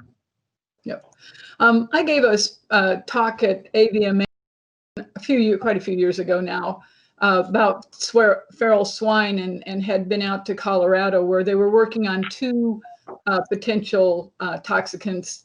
There's also one from Australia that has come up here, and is undergoing studies. AVMA is really involved with that for some reason. I don't know why, but anyway, the AVMA seems to be a bit involved with that as well.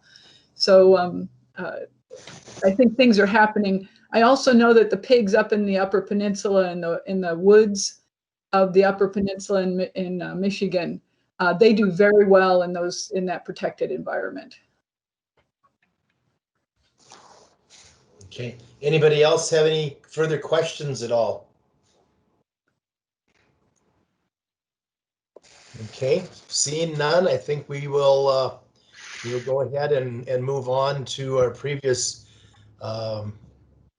person if they're here. So thank you for Gary Nohrenberg for joining us here today. Appreciate it.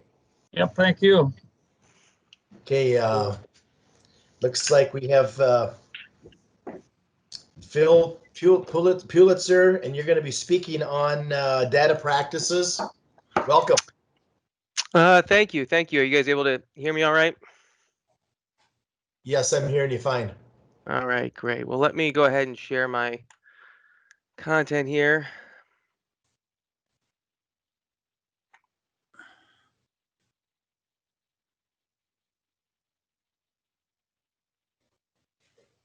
Let's see.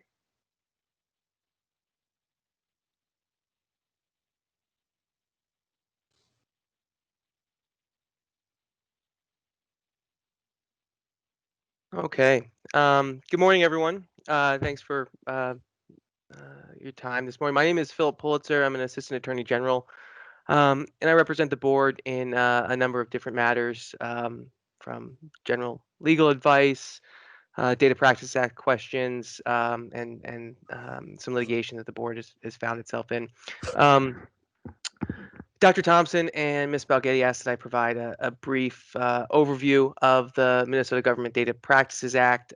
So let's take a few minutes and get right into it. I don't have time to go through the whole of Chapter 13, but wanted to provide the board with a quick primer on some of the main sections that are applicable to the board. And if you have specific questions, there'll hopefully be a little bit of time at the end, or I can take them offline as well. So just as an initial matter, as you guys probably know, the board staff have created an internal DPA policy. When I say DPA, Data Practices Act, a DPA policy that staff follows when it's handling data internally, when it handles data requests, and when it disseminates that data to the public. So I encourage you to take a few minutes and familiarize yourself with it. It's about a 10-page document. Again, it's not the most thrilling content, it being data practices, but it is important, and I know the staff works hard to ensure compliance with the law. So a lot of what I'll touch on today is included in there. So without further ado here. So what is the Data Practices Act? So the DPA is a state law that controls how government data are collected, created, stored, maintained, used, and then released or disseminated to the public. It sets out requirements relating to the rights of the public to access government data. It sets out rights of the individuals who are the subject of the data. And importantly for the board, it creates obligations on government entities to ensure that the law is complied with, and that data is both protected when it's been given that designation, and that the public gets appropriate access to it. So what does it apply to when we're talking about data? It's broad. Any information that's collected, created, received, maintained by the board would be covered here by the Data Practices Act. Emails, notes, that type of information. The board does currently maintain, there's a few different classifications of data. Public is just what you think. It's can be disseminated to anyone. Non-public data is, data that's been designated by the legislature as protected and should be, it cannot be disseminated. And then there's protected non-public data. So that has a different criteria that we'll touch on in a few minutes. But the main presumption here and the key of the Data Practices Act is that the legislature has said that there's a presumption that all government data is accessible to the public. So the emails you send as a public employee, as a government agent, is public, unless that there's an exception. So what are those exceptions? Is the next question. So as it relates to the board. So what data, as the legislature said, is non-public, and MnStat 13.643 subdivision 6 is the main statute that applies to the Board of Animal Health, and we'll walk through these paragraphs one by one. But again, just like the Data Practices Act, the board's data privacy manual, I encourage the board staff and board staff to familiarize themselves with 13.643 subdivision 6. It creates board-specific non-public data in paragraphs A and B, and then what's known as the law enforcement exception in paragraph C, where the board can make otherwise designated non-public data public under certain conditions. So getting right into the first paragraph of 13.643 subdivision 6, paragraph A. The following data collected and maintained by the Board of Animal Health related to the registration and identification of premises and animals under Chapter 35 are classified as private or non-public. Names and addresses, location of the premises where the animals are kept, and the identification number of the premises or the animal. So generally, names, addresses, locations of the premises where the animals are kept, and the premises and animal identification numbers are non-public. So the board might receive a Data Practices Act request for example, all data about Cervidae farms in the state. That would be a broad request, but the board staff would then, say, what data do we have that is responsive to this request? So it's sort of the big bucket. And then they would look at this paragraph and say, okay, what data has the legislature said, oh no, is non-public, and then the board would have to redact all of this identifying data as private or non-public. And essentially what we're seeing here is you start with that general presumption, all data is public. And then the legislature has made a determination that the privacy of the animal farmer and this information supersedes that general presumption that that all data be public.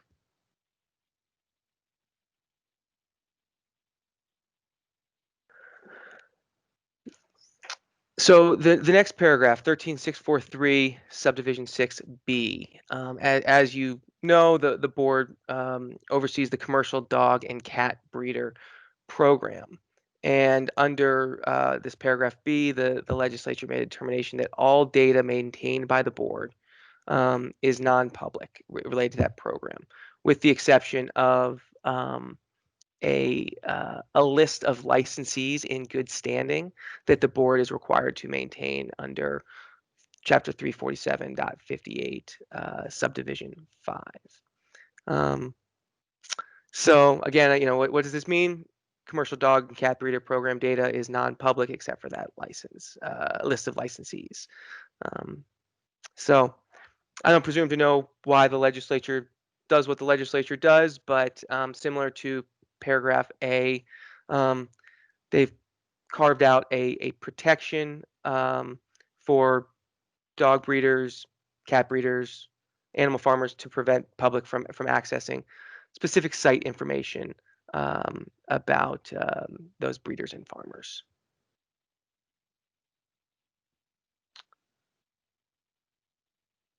So we've talked briefly about what data the board maintains that is non-public. Paragraph C now grants the board the authority to designate that non-public data public if the board makes its own determination that the disclosure of the data will aid in the law enforcement process or the protection of animal health or safety.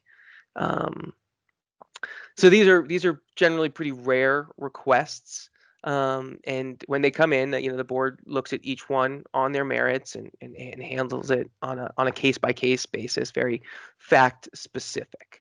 So I don't have a great example, but as a hypothetical, where the board might consider using this exception is if a sheriff's deputy was investigating animal cruelty at a certain location and saw cooperation from the board about a specific dog breeder to see if they have more information. And so then the board would evaluate the data that they have on that dog breeder, determine whether or not it was public or non-public, because of course if it is public, then it could just be disseminated to the sheriff's office. But if it was non-public, then this paragraph C would give the board the authority to disclose that otherwise non-public data, perhaps about an inspection that they conducted and discovered animal cruelty or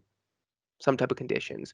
So the board would then be able to make the determination that this will aid in the law enforcement process and could disseminate that data to the law enforcement officer who was making the inquiry. So again, that's a hypothetical, and I don't know exactly how the board staff would evaluate that data, but what the process would be a sort of a fact specific inquiry to determine whether this section would be warranted to make that step of designating otherwise non-public data as public.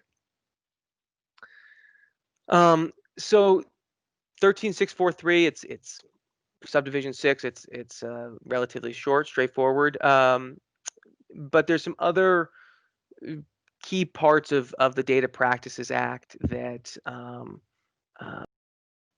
that I'll just touch on briefly. And again, we don't have a great deal of time, and I think it's probably appropriate that we only spend a few minutes, because even the most entertaining public speaker can only keep the attention of a group when we're talking Data Practices Act.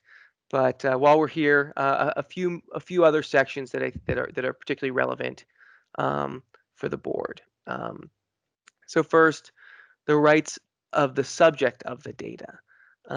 So the board obviously has data about individuals, about the individual farmer who has their deer farm on the landscape. Generally the subject of the data has the right to view data about them. So if I have a deer farm down in southern Minnesota and I'm curious about what data the board maintains on me, even though that data is otherwise non-public, I am the subject of the data, so I'm entitled to that data. And there's an important distinction between, as I mentioned at the stop, between non-public data and then protected non-public data. So the long and short is an individual has right to view data that is non-public about them, but if it's protected non-public, they don't have access to it. And we'll talk about that down when we talk about civil investigations, because the board might be investigating an individual, and when the board is conducting that investigation, that data is protected non-public to allow the board to investigate without having to disclose what its preliminary investigation has discovered and potentially prejudice the board in building a case against a potential violator of Chapter 35 or board rules. Temporary classification. This creates a procedure for government staff to make data non-public, and then go to the Department of Administration and essentially say, oh, this is of data that is public, but we think it actually should be non-public. This is I think these are used sparingly, because what the government agency is saying is, legislature, you made this data public, but we disagree with you. It should be non-public. So there's a process for that to go to for the government agency to go to the Department of Administration to essentially file a petition to make it non-public. The Department of Administration makes a determination, and then ultimately it goes to the legislature to make a final decision. And the long and short of that is you better have a good reason for using this temporary classification, and it better be awfully good. Security information and trade secrets. Essentially that allows the government to make a determination that certain data must be protected because dissemination of public, data that is public poses a security concern for the subject of the data, or there might be financial concerns. Lastly, or I guess second to last year, is the civil investigative data. I think this is probably used most often, at least when it comes to my office, working with government agencies. The board might be investigating an individual farmer, investigating whether to bring an enforcement action, and that data is protected non-public. So Phil Pulitzer, Cervidae farmer, and I think the board might be investigating me. Okay, let's see what they got.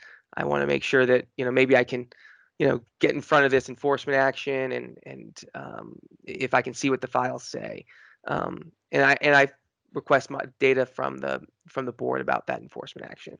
The board is totally within their rights to say, look, we have a civil investigation ongoing. That data is protected non-public. You don't get it. And then licensing data. Whenever a person applies for a license, they have to submit certain information. The legislature is that non-public. So procedures. I see where I'm using most of my time, but the board has an internal procedure to receive requests for information. Data requests generally come in on a data request form. The board staff determine the classification of the data. If it's public, it's produced. If it's non-public, they generally give an explanation as to why it's not. And that's all. The specific procedure, if there's any questions, would be in the board's data practices policy manual. Okay, so that ends my speed through the Data Practices Act. Any questions? Okay, we're opening it up for questions here. Anybody have a question for Phil? Anybody have anything to add that?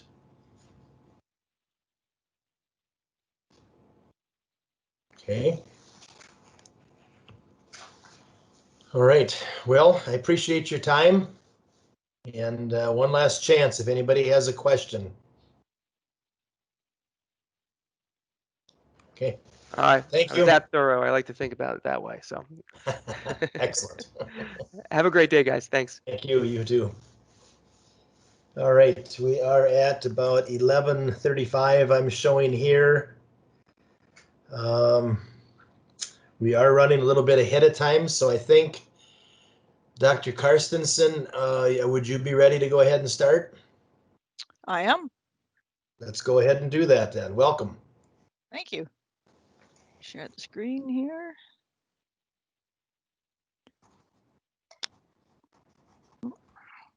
Let me know when you guys have me. I'm seeing you. Good. All right.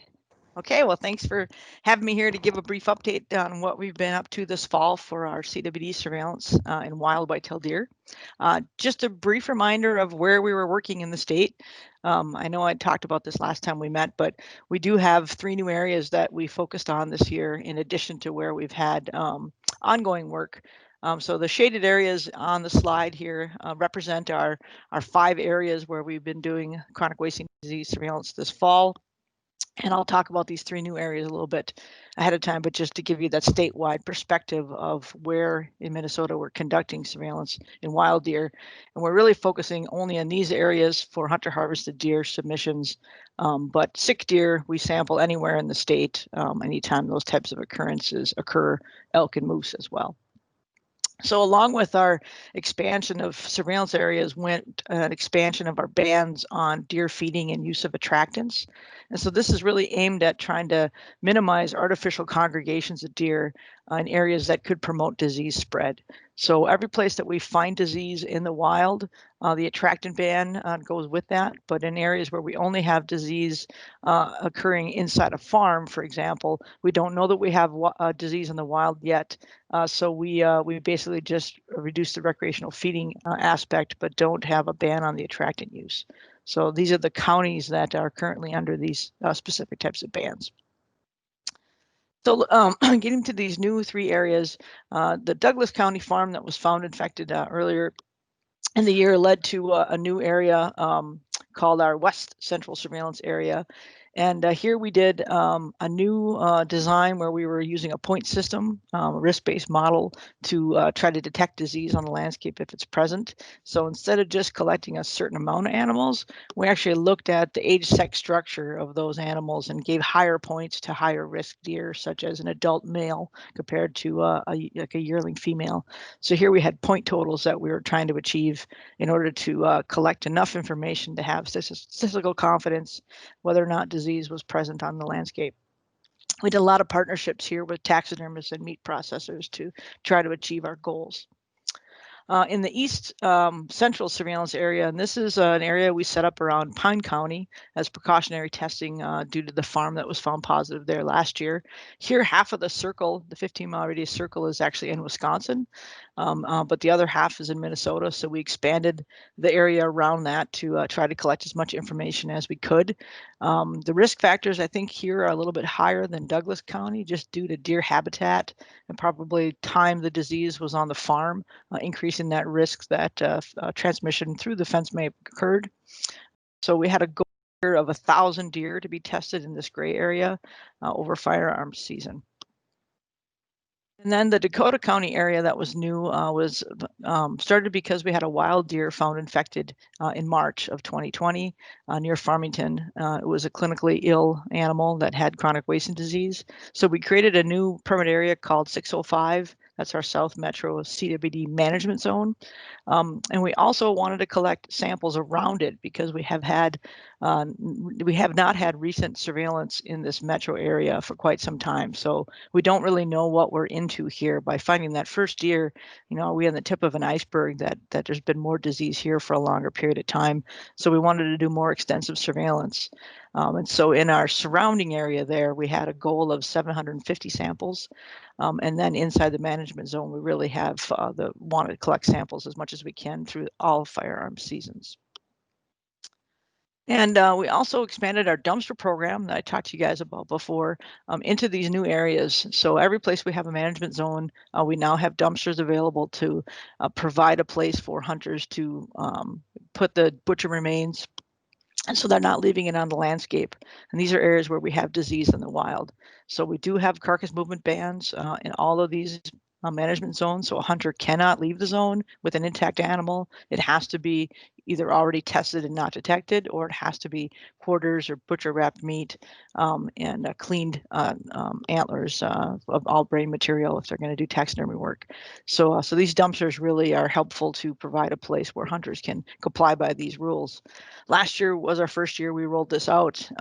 We had over 200 tons of deer waste removed through our dumpster program to landfills, and it was about a $185,000 project last year.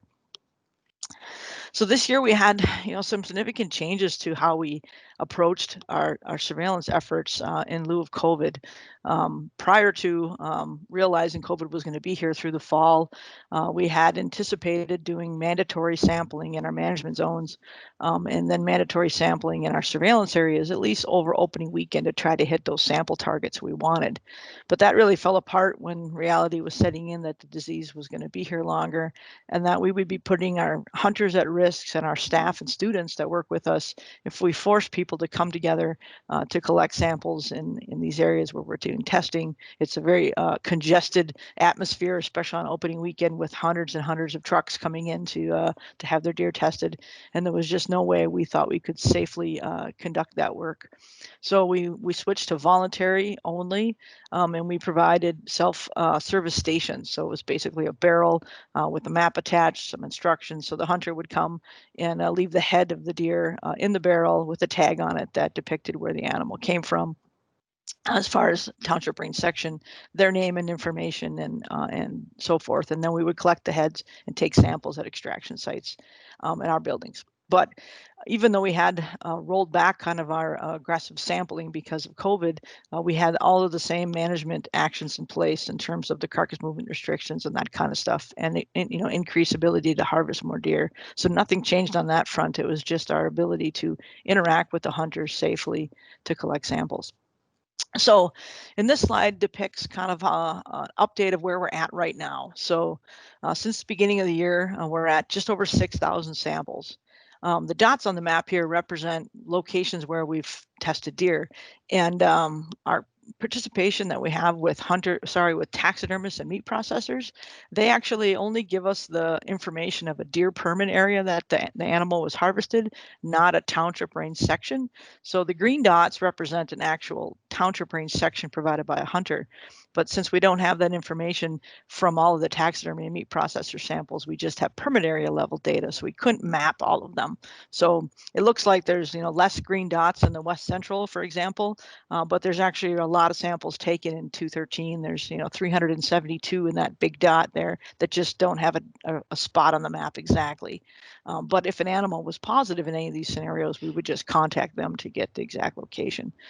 So changing up our process by using our these vendors to help us does give us a little bit less spatial detail, but also very important sample numbers. So just a quick review of how we've done in these different areas. In the Southeast, we're at just under 3,000 samples, and we have found more disease there. We have 13 positives and 2 suspects currently. I'll show an additional map here in a second about where those animals are located. In our control zone, which is the area that buffers our Southeast management zone, we're at 313 samples.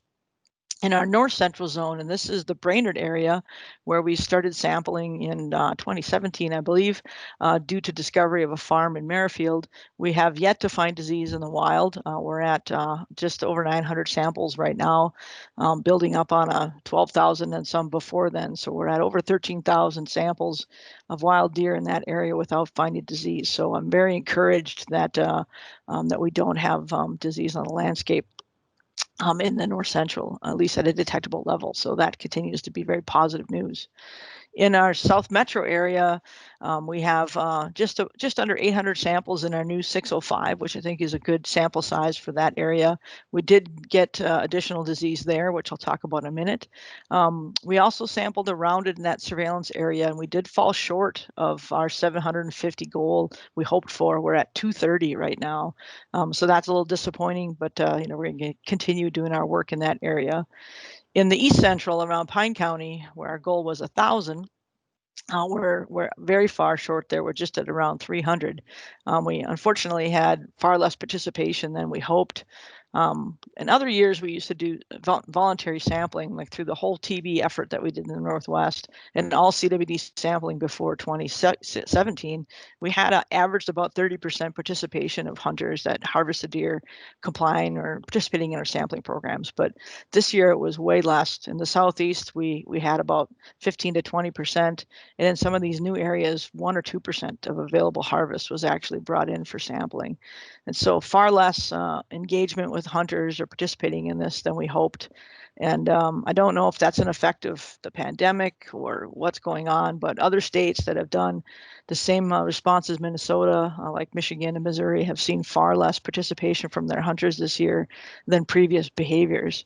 So there's definitely something going on that has changed the scheme, but we're still collecting as much as we can and providing some good information. In the West Central, we have reached our risk-based surveillance target in 213, and we're very close to that now in 273. So I think we're going to do okay there. We have not found any additional disease, any disease in that area in the wild.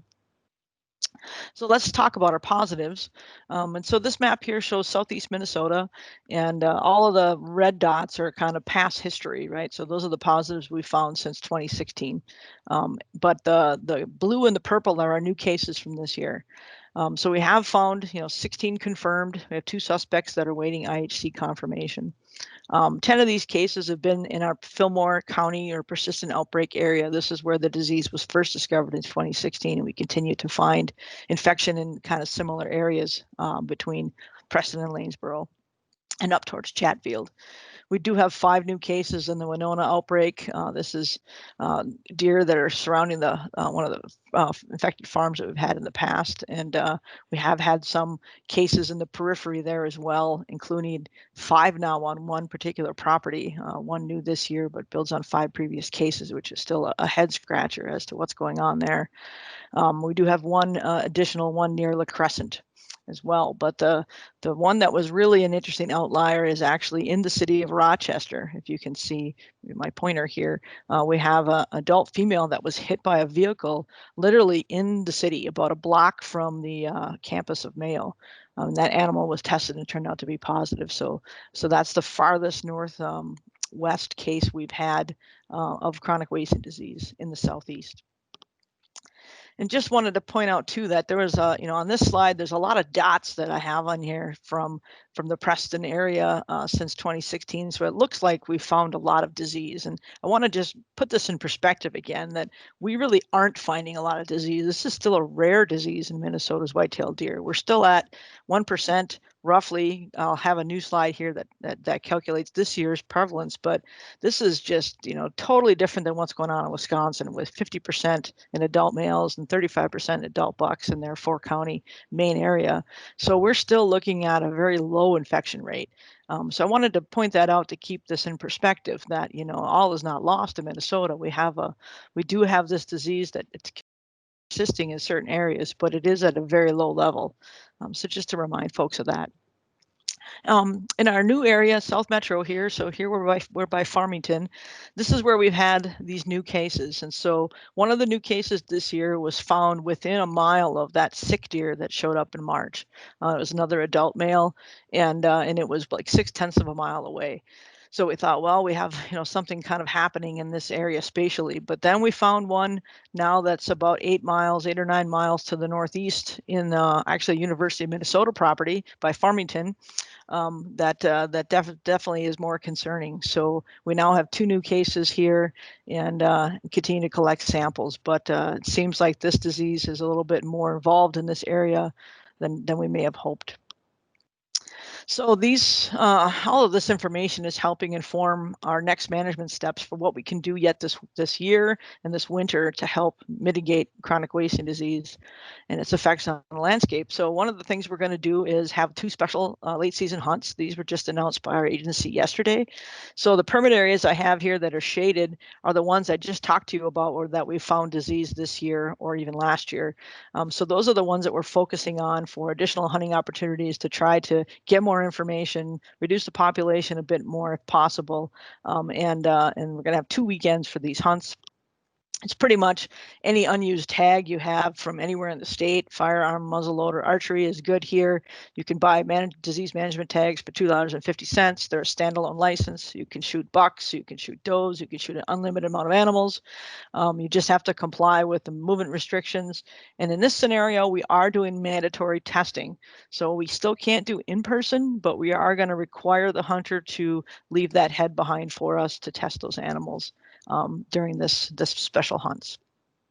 And another thing we're doing this winter is again focusing on our agency culling. So this draft map here shows pockets where we have found disease this year and last year.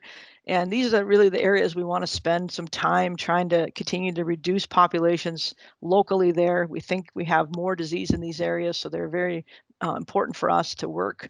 Landowners that are in these areas are going to get a letter from us next week that details the opportunities that they have to help participate in CWD management, either by participating in the hunts or taking a shooting permit if they want to do it themselves, where they can remove deer on their own property, or work with us and our contract with USDA Wildlife Services to do targeted culling work there, which will start in January and run through the end of March.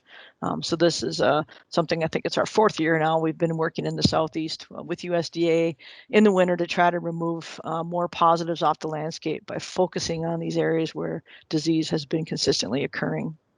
We did receive an APHIS grant for $249,000 to help support DNR's costs to do this culling work. And it's also going to cover some costs for some genetic testing that we're doing, looking at relatedness of deer in this area to help us understand how social networks might be informing disease, transmission and movement on the landscape. So with that, I'll take any questions anyone might have. Okay, any questions? Carstensen.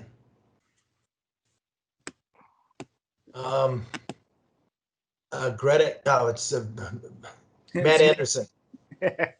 Sorry. When you say genetic testing, are we possibly looking at disease-resistant animals like Dr. Josephson was talking about before? When we're doing the genetic testing, we are looking at the PNRP gene as well, that others are, just to look at what percentage of that we have. But we're also primarily interested in how these positives are related to each other. Because we believe that social groups can have a high site fidelity for these areas and also be more like anchors of disease, particularly does and their offspring. They don't seem to move as much, and our Southeast collared study supports that, whereas adult males and juveniles disperse.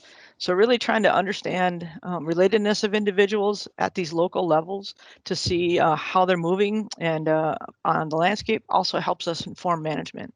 So it's twofold. It's really looking at relatedness of individuals, and it's also examining the PNRP gene complex so that we can, have consistent information for other studies for comparison. Okay. And how many can we expect to take in a special hunt? I'm just curious. In previous years, about 600 a hunt is what we've been taking. And so this is an expanded area. We have more permit areas this year than we've had in the past.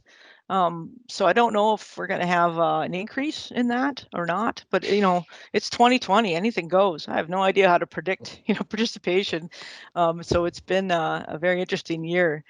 We've had a lot of increase in hunting effort, when it comes to turkeys and our waterfowl hunters. So we've had folks afield in the COVID landscape. But I don't know how to predict the late hunts, but I'm going to guess 600 or so a hunt would be realistic, maybe. Is there a number we could take without, traumatizing the population at all? I mean, it seems like we could take a lot more than that, but. Oh yeah, we have had effect on population with our hunting. Pressure down there. So, I mean, you have to really, really hit deer hard to try to knock back populations in any detectable level. We did this in TB.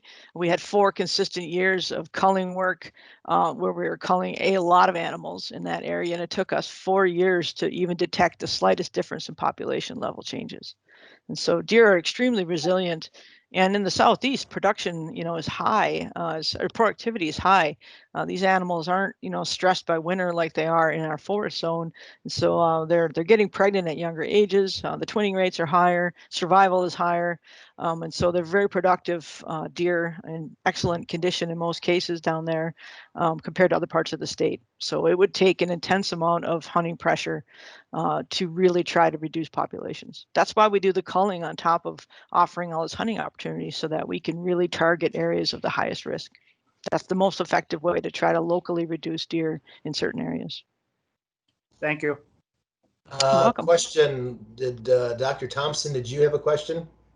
Yeah, actually, I have a two-part question, and Dr. Carstensen, you brought it up. I'm wondering, since we have a little bit of time here, if you can just speak quickly about the Collard study and where you guys are at with that. And then big picture, Michelle, deer management plan, especially in that southeast area.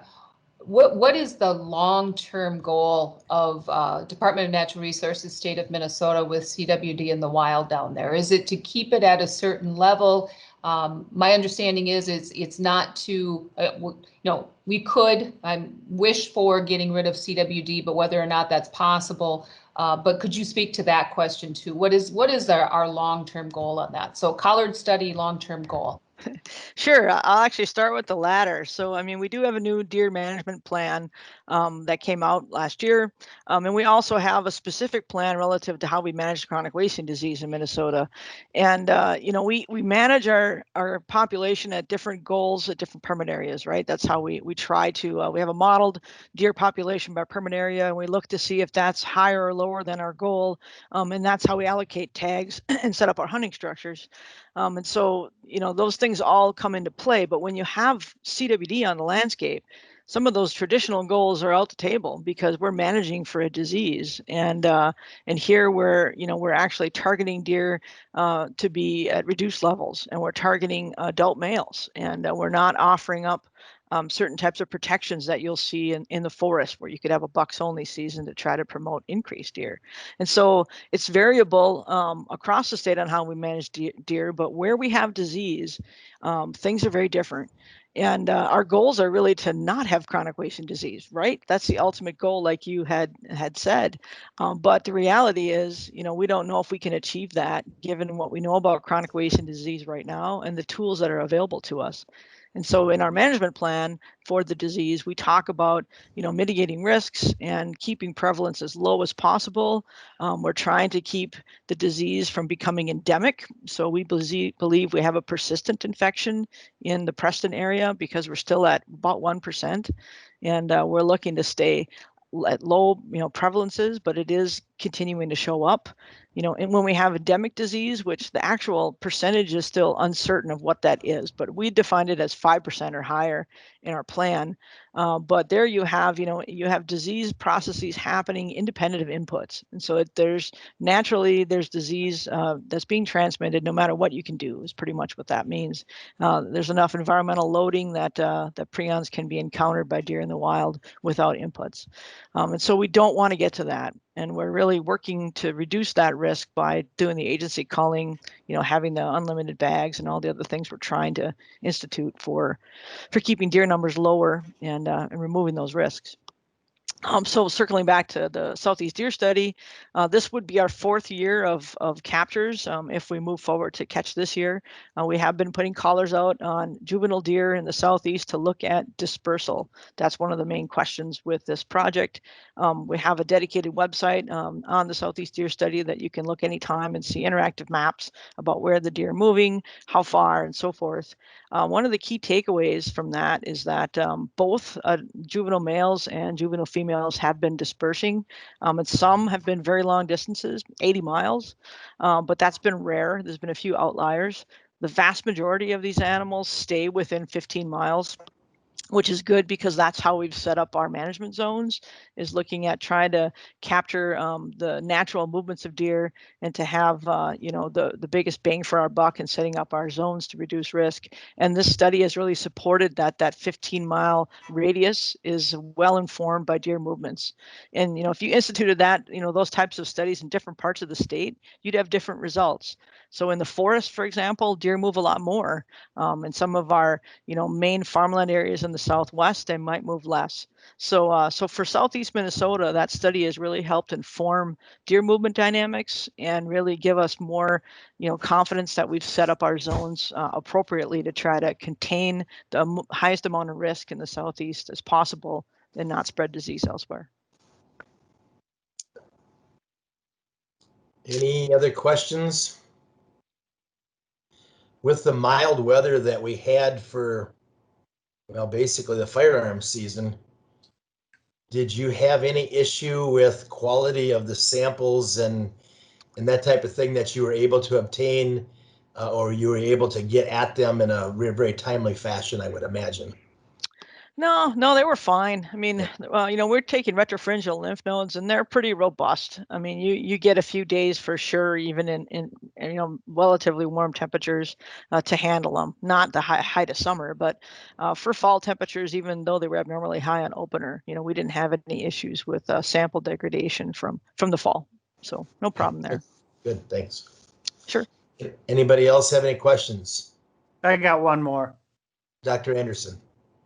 Do we have any research ongoing about trying to get rid of prions, say on a farm itself, besides just dirt removal? Well, that's actually a good question for the university. So there is some work, looking at trying to be able to detect prions in the environment, both in soils and plants and water. And I think, we need to have those diagnostic capabilities in place to first before we can evaluate the effectiveness of any type of treatment. And so they've talked about, different things that could be put on the landscape, but I don't think we have a lot of scientific rigor behind those studies yet to say we have something that we could, rely on. But I think there's a lot of work going on with the diagnostic side to get us some tools there to help understand that. Okay. What's kind of happening in our neighborhood, not neighborhood, I guess, in the surrounding states? I guess we kind of know Wisconsin continues to grow, and you had made the comment earlier that some of the areas have achieved like 35% infection rate. And what was it that they did or didn't do that, and over how long a time have they had it that they've gotten to this point? Well, Wisconsin, first found they had the disease in 2002, right? So they were actually looking for TB at the time and found CWD. It's what happens when you go looking for things, you might actually find them. And by the time they actually took that first look, they had over 5% prevalence in the 4-county area by Mount Horeb when they began looking in 2002. So to get to 5%, I'm guessing they probably had the disease at least a decade, if not 2, before they found it. And they tried some pretty aggressive strategies right away too to mitigate risks. They had aggressive hunting and all kinds of things they tried. They stopped baiting and feeding, and they had a lot of resistance from the hunting public for some of those efforts. And then that sort of fell back with political pressures. And so Wisconsin came out swinging, and then it had to really kind of pull back some of their approaches due to political will was not there to stay as aggressive as they wanted to be. But the reality is that when you have disease like this on the landscape at 5% or higher, there is, at this point, we don't have the tools in place to know how to effectively mitigate that, to try to get prevalence to go down. And that's happened in any of the states where they've found the disease at a high level upon initial discovery. Tennessee, Arkansas, there's a long list, Northern Illinois. And so in all of these cases, they have had more disease there before they ever knew it. And so your ability to try to have anything effective with mitigating CWD happens by preventing it from ever getting there, or trying to hit it early and really hard to give yourself the best chance to have a positive response. When it comes to, Iowa, so Iowa's continued to find disease in the Alma-Key County area, which borders our Houston County, and then they found some additional cases to the west of that. But their main hunting is coming on yet, and so the results of this year's deer season for Iowa are not available at this time. But I'm assuming they're going to consistently find disease, at least in Alma-Key County, and some of those. For them, it would be northeast parts of Iowa. Okay. Dakotas, is there a difference between North Dakota, South Dakota, or just generally low prevalence, or where are those states at? The Dakotas have, South Dakota has a persistent disease in elk and deer in the western part of the state, kind of north and western. They have Custer National Park out there. So they have quite a bit of disease in that area. And right at the border between South Dakota and North Dakota, in that area, there's now disease in North Dakota. North Dakota's found a couple other kind of individual cases in the state, but their biggest area of disease is that south central area that borders South Dakota. Nothing really along our borders. And, luckily for us, north of us in Manitoba and Ontario, they still have not detected CWD in wild cervids. But, Saskatchewan, Alberta are not that far to the west, and they have a lot of disease. So there's a lot of disease there, probably feeding into the U.S. border because the deer and elk don't care about a political boundary, and potentially might make their way, more towards us. So we've been keeping an eye on their findings as well to the north of us. Okay. Thank you. You're welcome. Anybody else have any questions?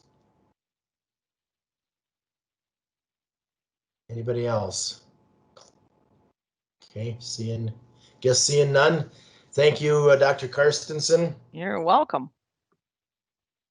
All right, we are at 12:05. We're scheduled for Dr. Glaser at 12:10.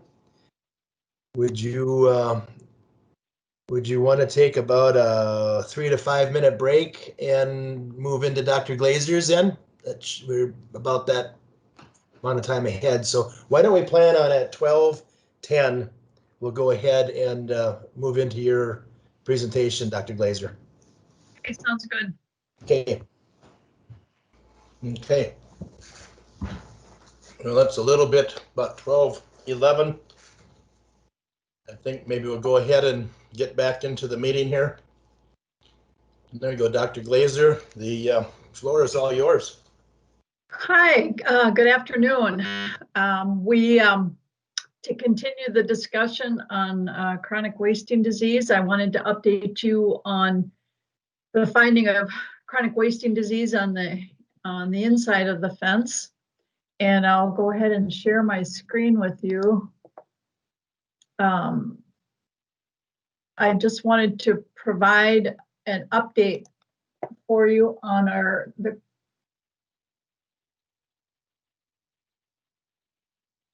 Can you see my screen now? Yes. Okay, great. So I wanted to provide you an update on the CWD that was identified, with the Houston County herd that was identified with chronic wasting disease earlier this fall.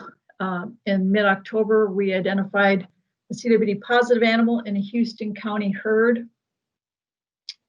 And so we have initiated an investigation, and I just wanted to provide you an update of that information. Let's see here.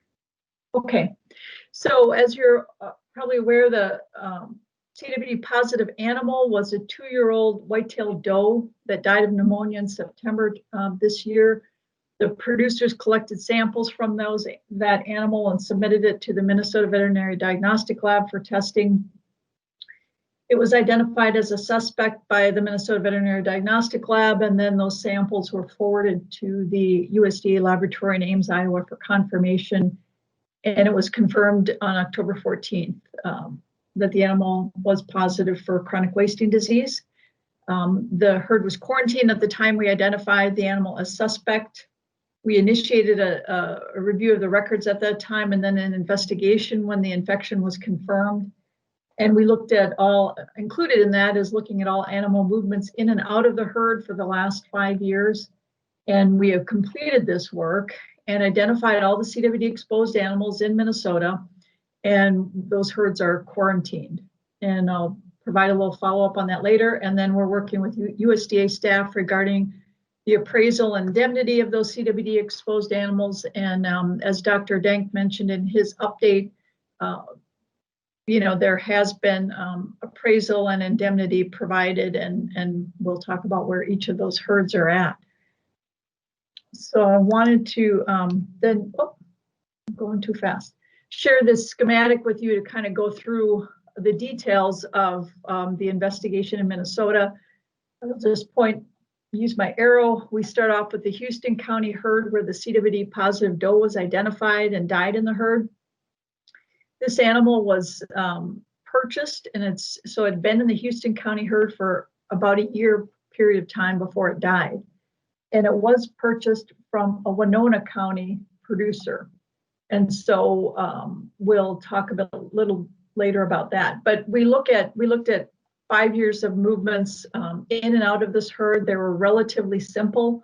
In other words, this Houston County herd in the last 5 years had only taken in animals from this Winona County herd producer. That was the only herd, and they moved animals out only to one location, and that was at a Wisconsin hunt ranch. And so they moved several animals over a 5-year period of time. So Wisconsin has been notified of these movements, and we have gone back then and looked at the Winona County herd because that CWD positive animal resided in that herd for the first 18 months of her life. And so we have to, by CWD program standards, we consider all the animals in the Winona County herd that lived with that animal at the time she was in that herd to be CWD exposed. So that herd is quarantined, and we have approximately 113 CWD exposed animals in the herd. Basically, everything in the herd but the fawns that were born in 2020 are considered CWD exposed. We also have to look at, during that time period, this herd producer sold some animals out of that herd.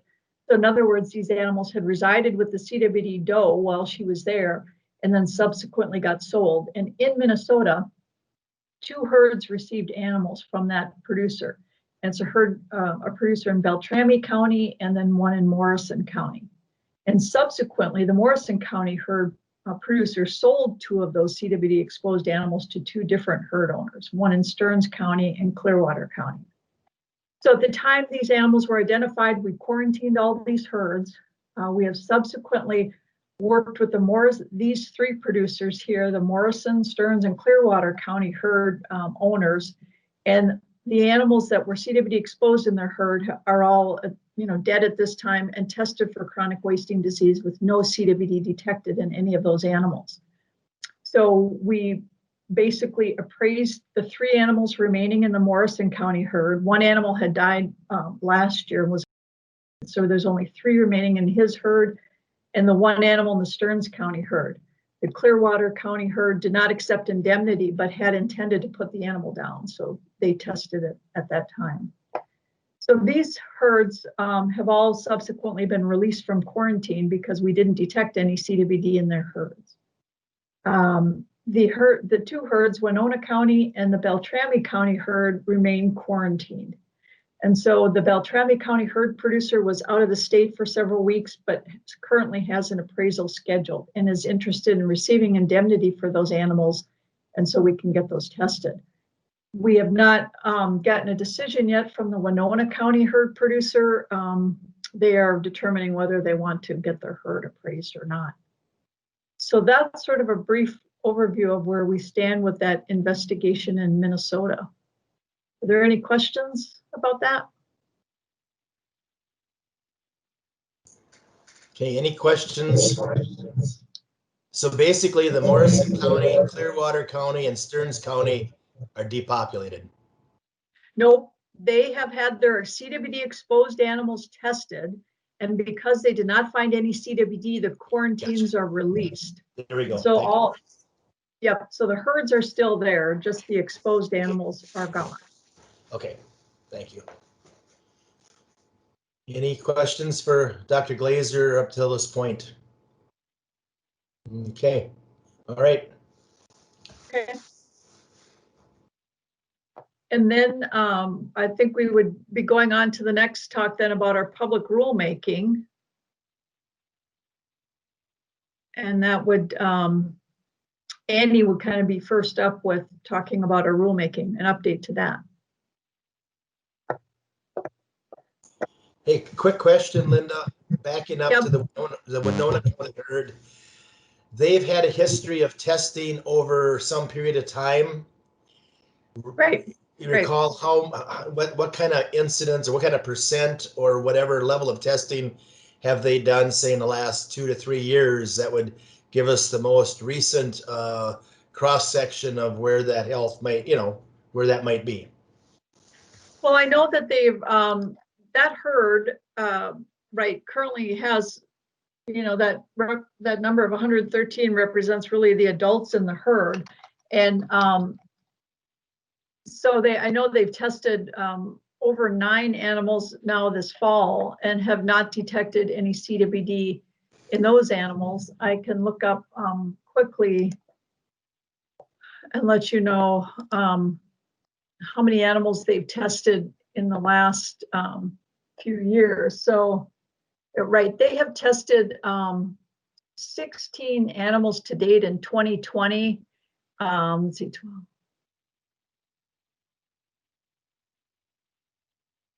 They tested 26 animals in 2019 and 10 animals in 2018.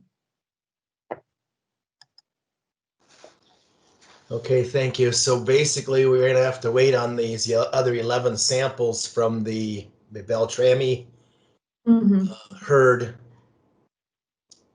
and we still don't know if they were yes, undetected. What does that mean for that other farm? Right. The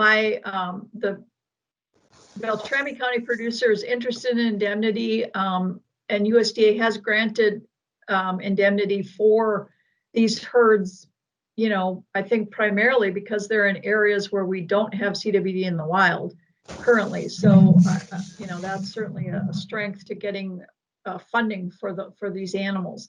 So I'm optimistic that we'll get indemnity funding for the Beltrami County herd, and then we can know those test results. And I believe that the Winona County herd will be continuing to harvest some animals this fall, so we'll continue to get more information on CWD testing in that herd. But okay, thank you. Yep. All right, didn't you want to move on to the rules section then? Is that right? Yep, that would be next. Yep. Okay, go right ahead. Hi, thank you. So Dr. Glaser and I are going to be jointly presenting on an update on our farm survey rulemaking project. And I will do the first part of it and then turn it over to Dr. Glaser. I'm going to put this up on my screen. Let me know, please, when you can see the presentation. We can see it, or I can see it. Great. Okay. So just to introduce myself again, I'm Annie Balghiti. For those of you who are watching and present at the board meeting and don't know me, I will say at the outset that I've been told that I talk too fast. So I'm going to try to slow down, but I also don't want to slow down too much because I do not want to be the person that makes our meeting fall behind. So on that note, and without further ado, I'm going to start our update here. So as each of you know, our legislature made changes to our farm survey statute in 2019. So we embarked on this rulemaking project to update our farm survey rules in order to incorporate those changes and to ensure that there's no conflict between the statute and our rules. We also decided to take the opportunity to review all of our farm survey rules and to propose additional changes with the 6 guiding principles.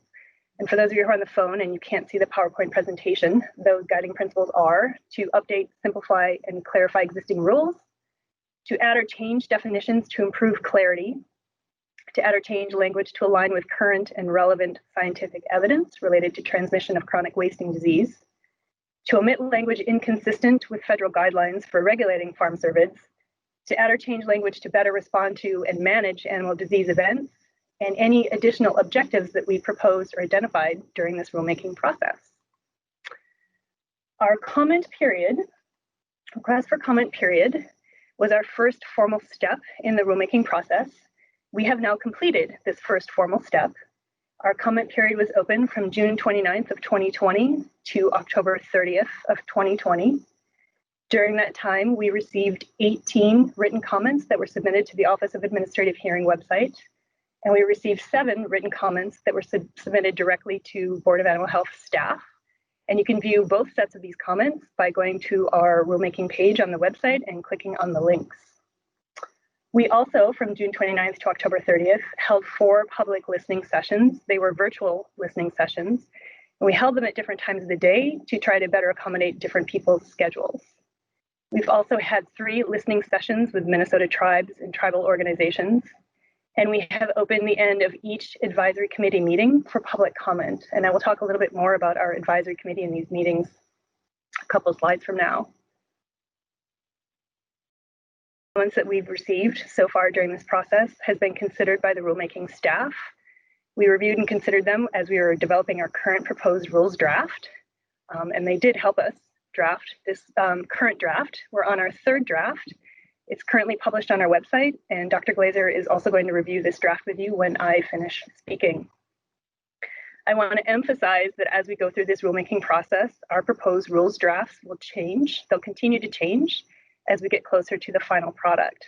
Not only will they change in response to internal discussions with board staff, but also in response to public comment, to continued conversation and consultation with the tribes, and through our work with our Farm Service Advisory Committee. And just as an example of inaction, how that affects public input, or how public input in action affects our proposed rules. There have been specific changes that we have proposed in previous drafts of the rules that we've now removed from the current rules draft based on the input that we received from all of these groups. And Dr. Glaser will touch on this more when she reviews our current rules draft. So, as promised, I'll update you a little bit more on detail on our work with the Farm Service Advisory Committee so far, starting with a reminder of those who make up this 15 membership team. And again, for those of you on the phone who can't see the PowerPoint presentation, you can also go to our website, but I'll just read off the members of this committee.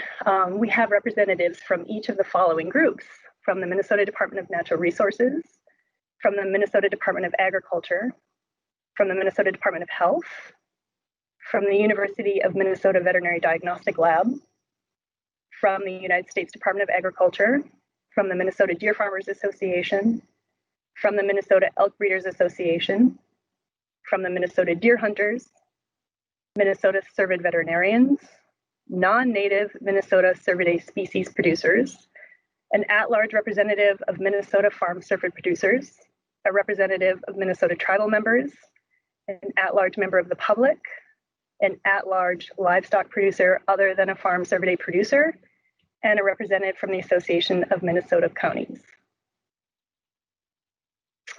We have had 7 meetings with this group so far. During these meetings, each member's role is to represent their respective constituents and to bring their comments and views to our discussions. The committee members make recommendations on both rule language and rule substance that helps us develop our rules drafts, and they help us identify issues and unintended consequences of the rules that we proposed. As we continue through the rulemaking process and progress towards adoption of the final rules, I really do want to emphasize that while the board rulemaking staff proposes the rules drafts and makes the final decisions on what ultimately goes into the Board of Animal Health Farm Service rules, public input during rulemaking is critical. First, this is, after all, the public rulemaking process that we're following. But we do want to hear from proponents and opponents of our Farm Service rules, because ultimately hearing all these perspectives helps us see the full story and ultimately to develop better rules, a better end product. Public input is also important for us in identifying possible controversies or issues now while the rules are still being developed, that we have an opportunity to resolve them before final rules are proposed. So again, it is really important for us to hear all sides of the story, proponents and opponents, people who agree with and disagree with our rules. Add a quick note on public comment. Because the public rulemaking process is complex and can be confusing, we do review and consider all public input that we receive, but that does not necessarily mean that everything ends up in our rules. We need to stay within our statutory authority. We need to ensure the final rules support the board's statutory mission to protect the health of the state's domestic animals. And sometimes a commenter may propose a change that conflicts with another commenter's proposed change, and they're direct conflict, and so obviously both can't end up in the rules. So those are just some of the reasons why not everything ends up in the final rules, even though we do consider everything that we get, every comment. So with the request for comments phase completed, what is our next step? Our next formal step in the rulemaking process is to publish the notice of intent to adopt. At that time, we would also simultaneously publish our proposed final draft of the rules. This would then open up a second formal public comment period, where groups and individuals will have the opportunity to again comment, only this time on our proposed final rules draft. Initially, our goal was to publish this notice of intent in December 2020. We are now looking to publish our notice of intent in January 2021. There is a typo on my slide, but we are looking at publishing it in January of 2021. And then just as a quick reminder, we can adopt the rules with a hearing or without one. But from the beginning of this rulemaking project, we determined that we likely will adopt the rules with a hearing. And then in that case, that public hearing is a third opportunity for public comment and input on the rules. So until we're ready for that next formal step, we're going to continue to work on rule drafting. Our consultation with the advisory committee and with the tribes will continue.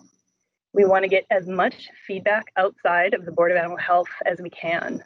And because again, it makes for better end product if we get feedback before the rules are finalized and can't be changed. Our ultimate goal in all of this is for workable rules for those affected and also rules that are publicly supported. And then, since a lot has happened in our rulemaking process since the last board meeting and the presentation that we made then on rulemaking, I just want to remind you all of what your role is as board members, remind you and explain to you what your role is as board members in this process. And you really have three. Your first role right now is until our notice of intent is published and our final rules draft is ready, our focus as an agency is on public input. And by public, I mean anyone outside of Board of Animal Health staff or the board members. So again, your role right now is to listen and to consider that input and know that any decision or determination that the Board of Animal Health makes on the public comments that we get will be made and will be evident when we propose our final rules draft with that notice of intent to adopt. And so then that brings me to your second role.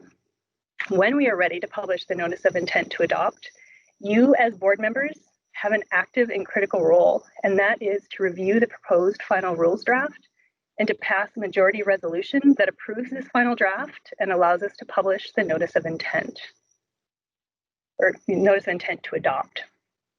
And then your second active role phase of the rulemaking process. And that will be once the administrative law judge has reviewed and approved our entire rulemaking record and our proposed final rules. Then your role will be to pass a majority resolution to approve and adopt the final rules. And that brings me to my end, to the end of my portion of the presentation. But before I turn it over to Dr. Glaser, are there any questions?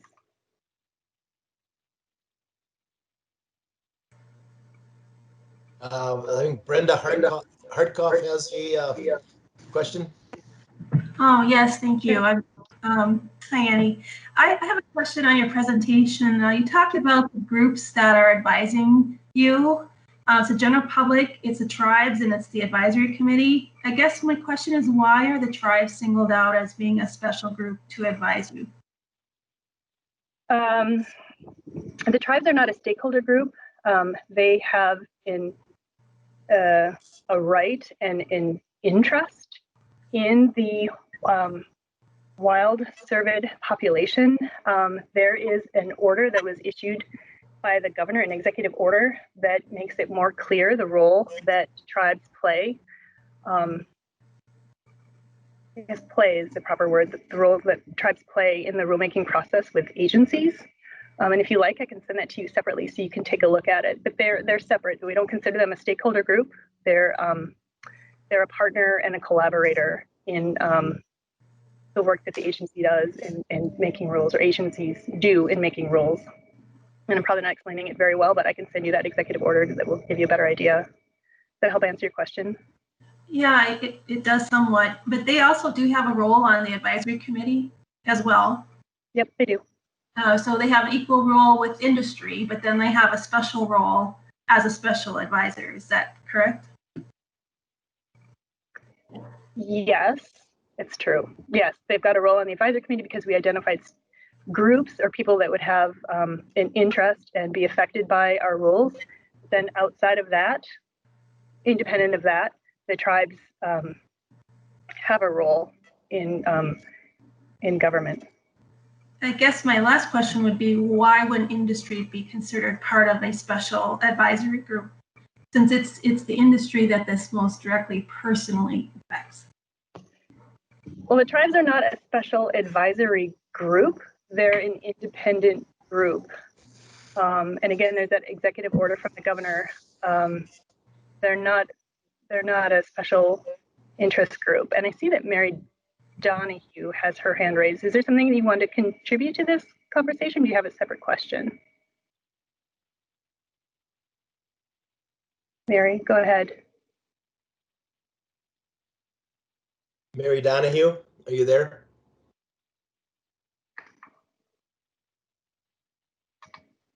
Okay, apparently not. Okay. Go ahead, you go ahead and finish up, Annie, with the question. Sure. Yeah. It's related to this topic. I do.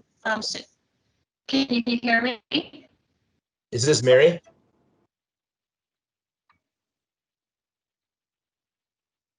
Who is just trying to speak? Can you?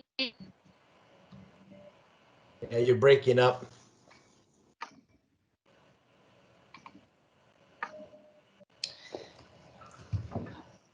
Mary, this is Beth Thompson.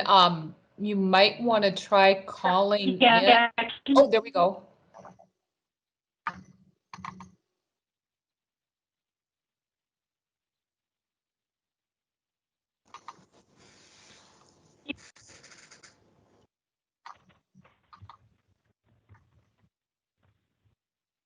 Mary, are you hearing us?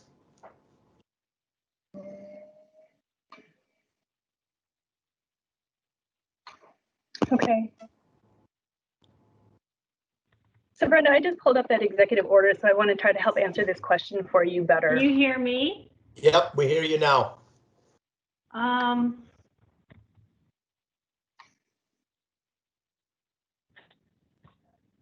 Did you have any input on the tribe and the role that the tribes would play in this process?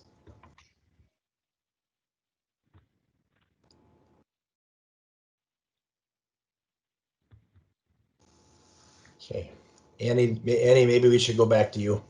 Sure. So it looks like Mary's going to try to call in, but then in the meantime, I pulled up this executive order, which might explain it a little bit better. In this executive order from the governor of the state of Minnesota, it says, it's important to recognize that the United States and the state of Minnesota have a unique legal relationship with federally recognized tribes as affirmed by the Constitution of the United States, treaties, statutes, and case law. The state of Minnesota is home to 11 federally recognized tribal nations. The state of Minnesota recognizes and supports the unique status of the Minnesota tribal nations and their right to existence, self-govern, and possess self-determination. So hopefully that helps answer your question a little bit more. And it looks like Mary Donahue has more that she's going to contribute when she calls in. Okay. Does anybody have any questions up until this point, other than following up on Brenda Hartkoff's question once Dr. Donahue gets on? Hello, Beth? Can you hear me, Dean? Yep, I can hear you. I'd like to talk a little bit about the advisory board. This is Jim.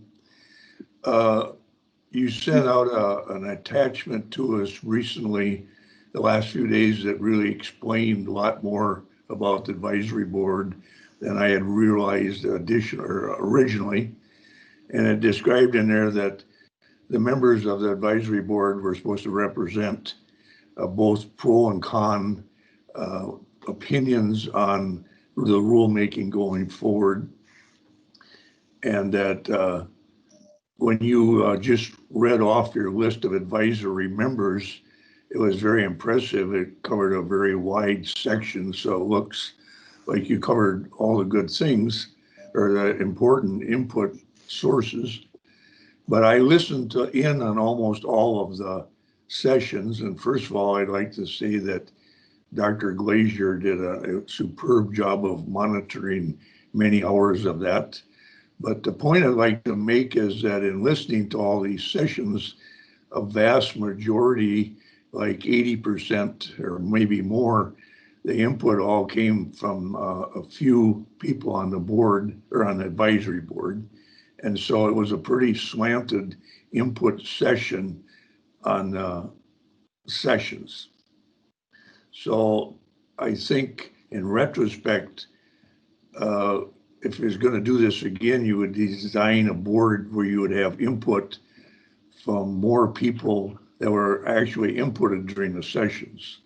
You know, you had some academia on there that had really good potential, but they didn't actually participate. And I kept waiting for some people who I know something about, and they never came up. So that's a comment.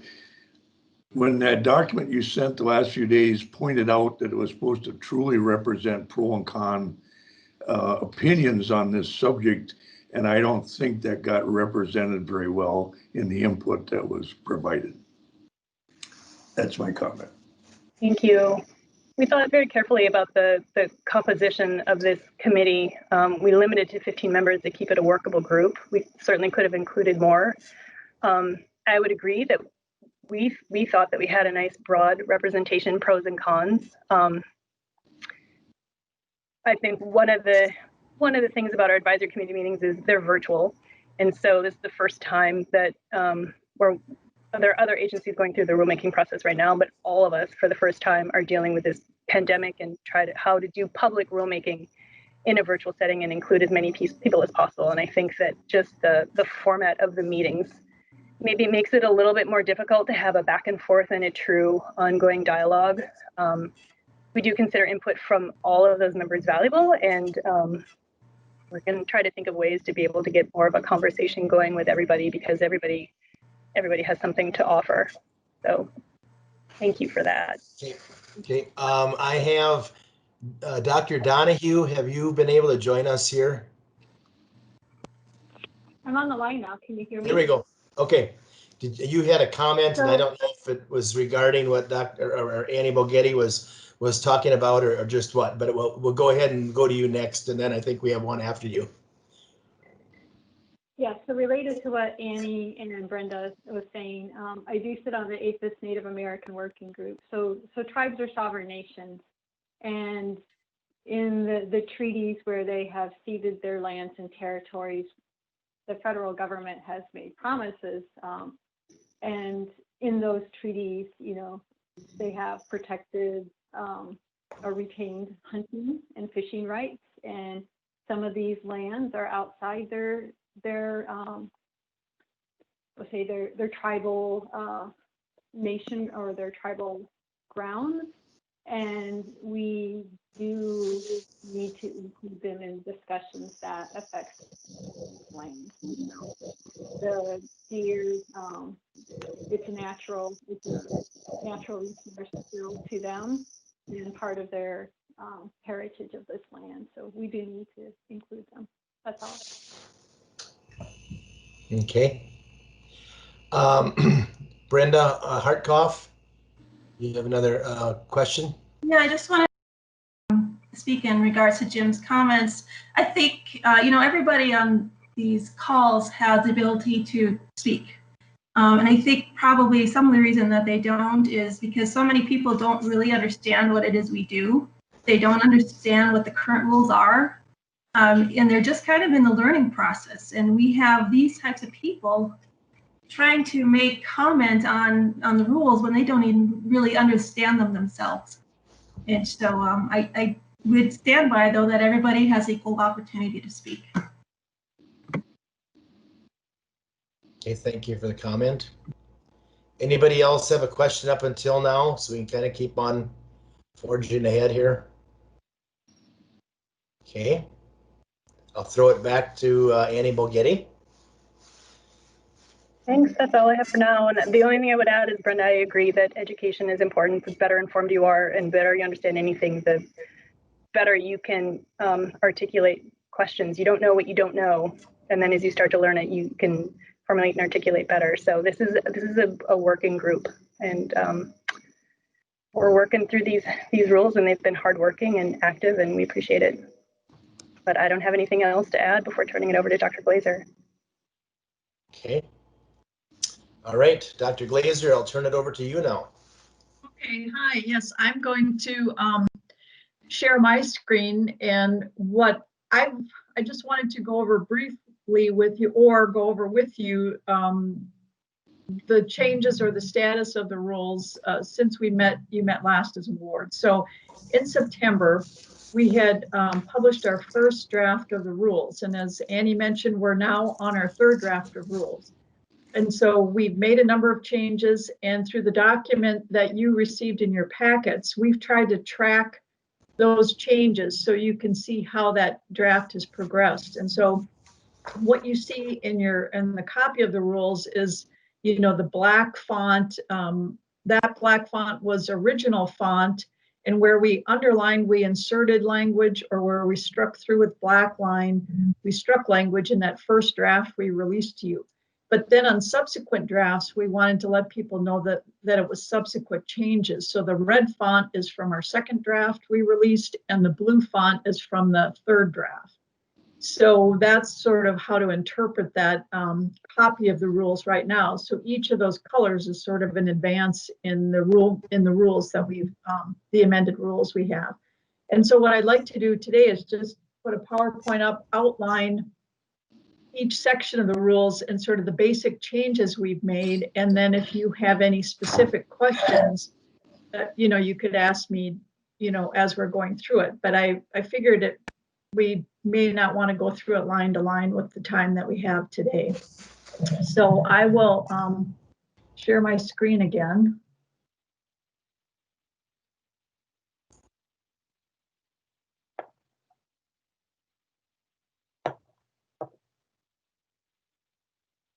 And can everybody see that now? I can see it myself. Okay, look at that. I have to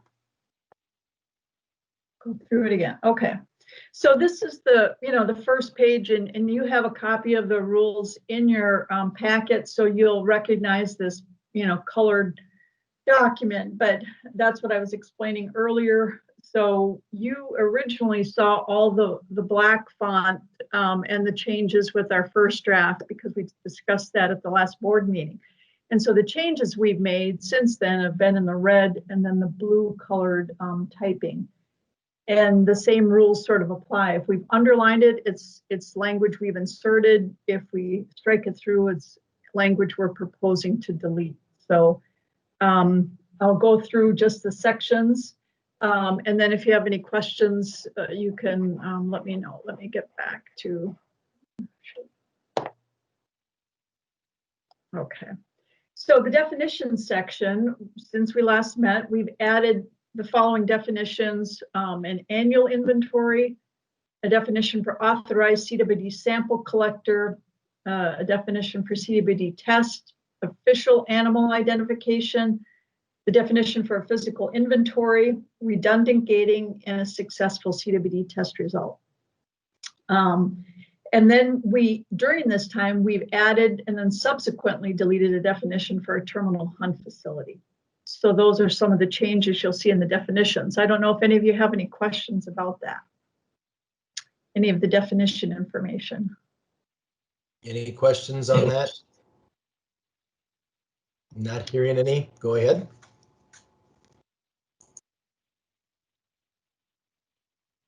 Then the next, in the general requirements, I've outlined these just with each subpart on this slide.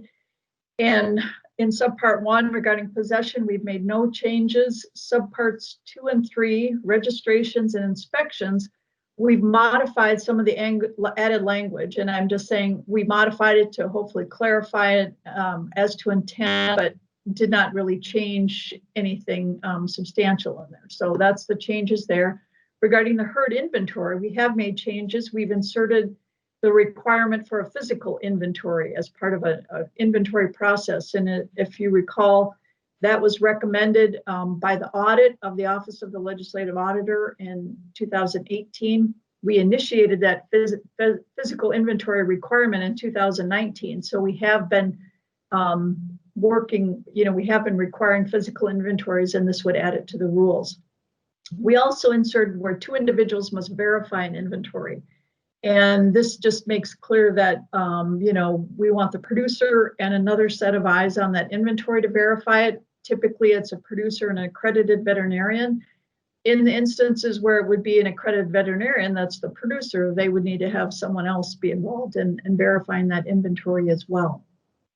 Subpart 5 for fencing, we've modified the added language to require not only high tensile fencing for new installations or repair, but fencing that would be equivalent to preventing ingress or egress of wild cervids. So we did have the 2019 legislative language change that required any new fencing or all fencing to repair deficiencies to be high tensile. But we believe that there are some parts of fences existing now in particular that are stronger or equally as good as preventing ingress and egress, and that would be, consideration of concrete or buildings or things like that. And we wanted to hopefully allow repair to continue with those materials for those parts of the fences. That was the intent there. And then we did insert that after January 1st, 2022, all new premises with farmed white-tailed deer must have perimeter fences at least 120 inches in height. So that is currently in the third draft of the rule. The other general requirements running at large, we did add language regarding ownership of the escaped cervid for this third draft, and we've had some subsequent conversations. I think we'll be modifying that again, but so right now we have that language in there. And the other thing we inserted that all escaped animals harvested or found dead must be tested for CWD regardless of age. So even if they're less than 12 months of age and they've escaped, we still want them tested for CWD. And then the rest of the subparts under the general requirements, we did not make any changes. And so are there any of the board members that have questions on any of those sections?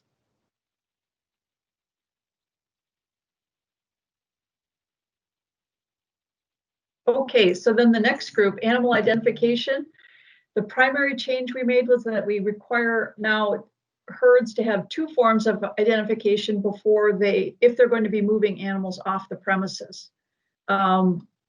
Previously, herds that were only herds that were moving animals interstate had to be required to have two forms of ID, but we do believe that having two forms of identification in an animal greatly enhances our ability to track these animals for inventory purposes, because once you lose tags, if you lose them in multiple animals, it can be difficult to know which animal gets retagged. So we believe that if they never move animals off a premises, they're a hobbyist herd, then that's not as critical as if we have animal movement. So we inserted that in animal identification. Importation changes, subpart 1 and 2 had no changes. Subpart 3, we modified language to the existing requirements. We wanted to clarify the live cervid import requirements. We clarified imports of antlers and other parts of cervids. And then we added language for cervids returning from display. So those were the changes made there. Any questions on that, on those sections? We did insert, next then we did insert an exhibition section. Question. Go ahead, Matt. It doesn't show my raised hand. What are our two forms of identification?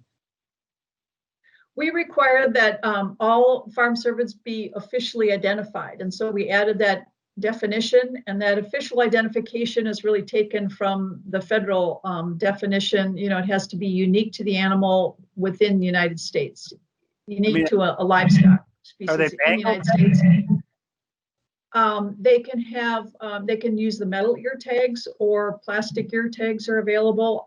They have a variety of things. They can use microchips as well, but we have to be able to have the equipment to be able to read those microchips. So typically animals, farm cervid producers are using either plastic or metal ear tags for the official animal ID. Any 840s on the guys yet? Yep, there are. Yep. And so they can wand them. I mean, we can put the small 840 in and wand them.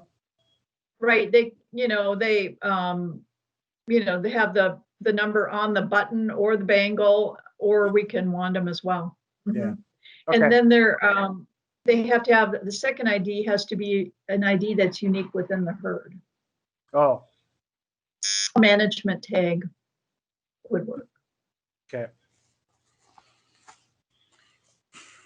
Then just to let you know, we proposed inserting an exhibition section, and this is just to kind of clarify. We know that the rest of our livestock species in our rules have an exhibition section, and so we put all the information there. It's redundant to what the rules already are, but we added the section so that it's clear what the regulations are for animals going to exhibition. Then the last section is regarding chronic wasting disease. This is where we have made changes through much of it. You see subpart 1, which is the CWD herd certification program. We deleted language requiring an annual CWD herd certification program agreement for owners to sign. They know they need to meet the regulations, and as long as they're registered, they need to do it every year. So we felt that this wasn't that useful. We require samples to be collected by CWD authorized sample collectors now that the board authorizes everyone, and they have to be trained in order to collect tissues. We implemented that in 2019, the training for authorized collectors, and starting in 2020, only authorized collectors can collect tissues from farm cervids for CWD testing. We modified the language for the impact to herd status for missed CWD surveillance and modified the program standards. And so this is, one of the bigger issues of our rule changes. We now outlines in a program standard impact to herd statuses if you miss CWD testing in a herd for a year period of time. And then we've also inserted language to require both origin and destination herd owners to report the animal movement. And so that makes it just not on the person that sold or moved the animals, but also the person that received them to notify us of that movement as well. The subpart 2 quarantine, we've modified the language for clarification on CWD exposed versus CWD infected herds. There's really no changes here, but we've just outlined that language for clarification. So we reinstated sections A and B of the subpart that we'd originally deleted. We've added language to clarify the quarantine release for CWD exposed herds. And then we've inserted some language in this section as well, and that's that the board may require CWD infected herds to minimize commingling in farmed and wild cervids until the herd is depopulated. So that's some language we've inserted, and we've also inserted language that the owner may not possess farm cervids on an infected premises for 5 years. And so that goes along with the, maintaining the fences, restricting access to that area by wild cervids, and then posting the area with biohazard signs, which were legislative changes from 2019. And then to subpart 3, the boundaries of CWD zones in the state, we've modified that language since the first draft to use the minimum of 15 miles for a zone that's established. And those are sort of the basic changes. I just wanted to highlight those for you. I know there have been some that have been more controversial or not, but if you had any questions about those, let me know. And as Annie said, we continue to work on them. Any questions from the board? Brenda Hartkoff, I see you have your hand up on the screen here. So yeah, I would just thank you.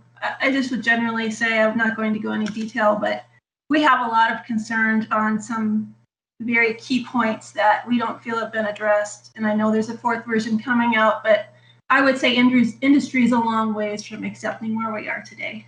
Thank you. Okay, thank you for your input. Erica, did you have your hand up temporarily, or yeah, it might be still up? Yep. Hi, Dean. Yeah, I've got a quick question.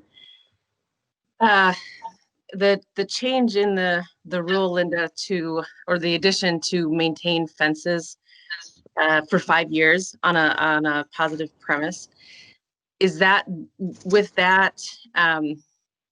is somebody from the board doing like a yearly annual inspection on those fences? Or what does that process look like? Right. We do enter into a herd plan with producers where CWD has been found on their premises. That herd plan depends if it's if there was indemnity involved, then USDA is involved in the agreement. Otherwise, it's the board and the herd owner. But the herd owner has to agree to do certain things to try to clean up organic material on the premises and then keep the fences maintained. And we do have an inspector now that does quarterly inspections to make sure that fencing is maintained and there's been no ingress or of wild cervids into that area. Linda, questions? Linda, this is Beth. Remind me, was that also a statutory change? Did the legislature change the statute regarding fencing around farm Cervidae positive sites? Right. The initial language that the fencing must be maintained for 5 years and then the fencing be posted with biohazard signs were changes made in the 2019 legislative session to our laws. So that's now in law. We had previously done that prior to the law and done routine inspections for 5 years, or that 5-year time period anyway. But that part of that's in law now. Our follow-up inspections are how we implement that.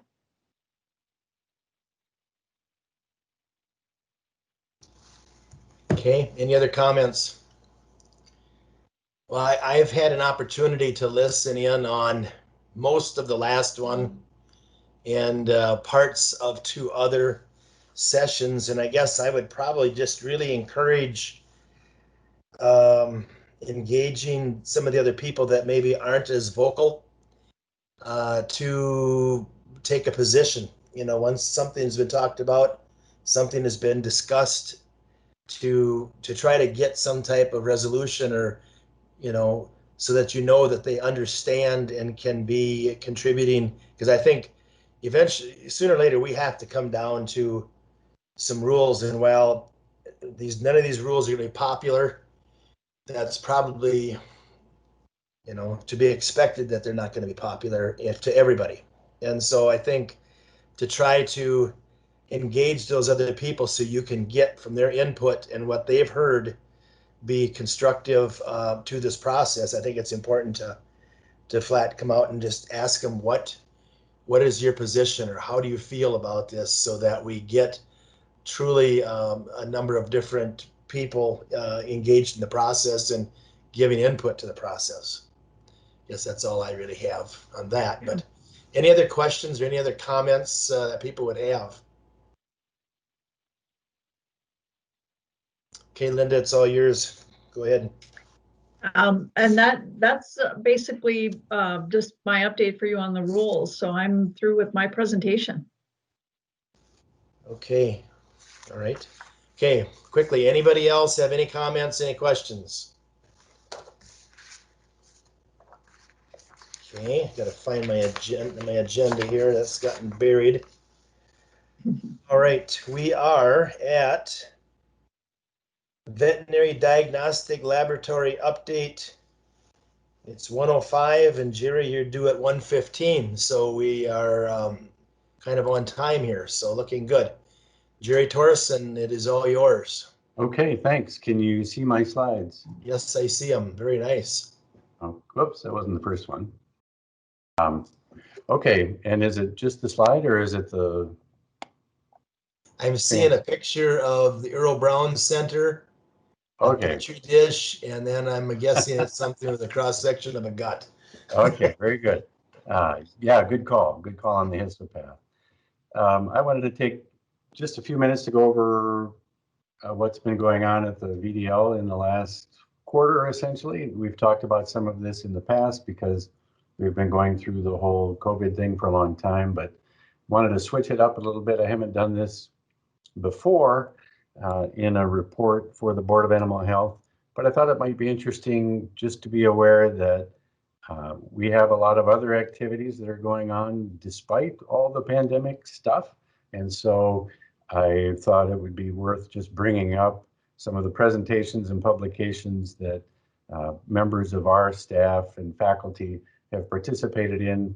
Obviously for meetings, the meetings have been virtual this year, which presented actually more opportunities for participation. So we've had more of our staff actually that were able to take in some of these diagnostics related meetings.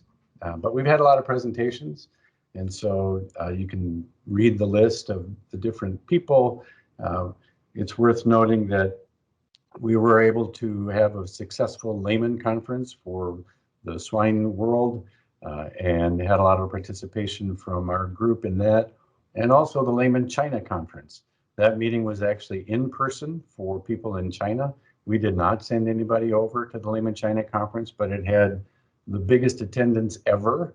And so like 8,000 people at the meeting, and according to one press report, 75,000 people at the trade show. That's unverified, but a very large audience for the conference. And so that was considered a successful meeting as well, even from far, far away.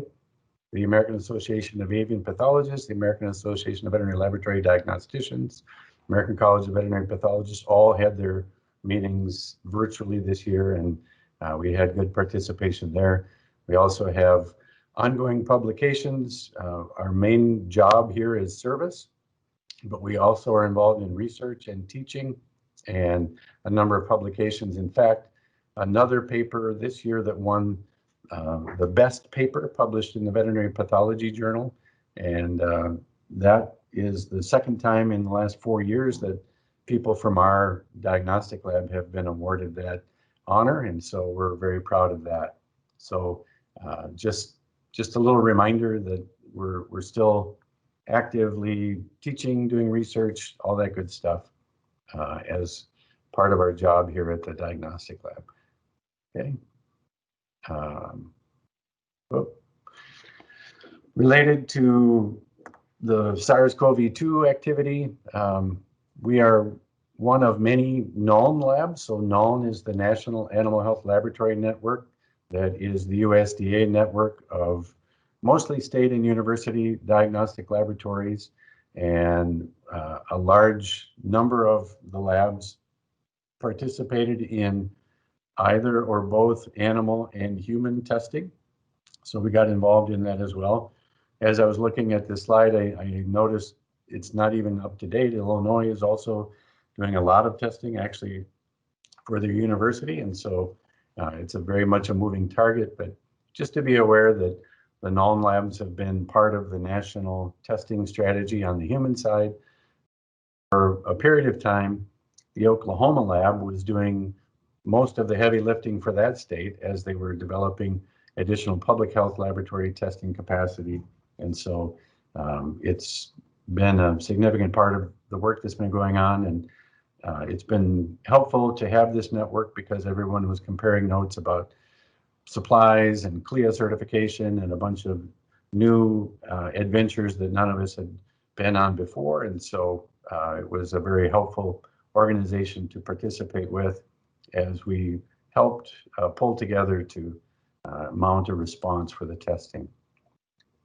Specific for us, we had different roles over time. We helped the Minnesota Department of Health with some supplies early on and equipment for the University of Minnesota, helped provide reagents for test development, actually provided swabs for the testing when we had to borrow swabs from veterinary practices for people to go out and test human samples. So it was very much a catch as catch can to get all the work done. We did get involved in performing tests on human samples. That was for about a month until the University of Minnesota developed more capacity, and so that was an interesting exercise. We've got all of our equipment back. We had some equipment that was used by the University of Minnesota actually, and we continue to serve as a backup lab on call for surge capacity. We also developed our own test for animal testing, which has had limited use, but is available as needed. Interestingly, I'm sure the Board of Animal Health members know, but maybe not everyone knows, that testing an animal in the state requires approval of both the state veterinarian and the state public health veterinarian. And then in terms of surge testing capacity enhancements, I think the dean mentioned that we got money from the state. We also just in the last week or so got word that we also got USDA funding to add additional new equipment for surge capacity and daily operations. I guess I'll stop there to see if there are any SARS related questions.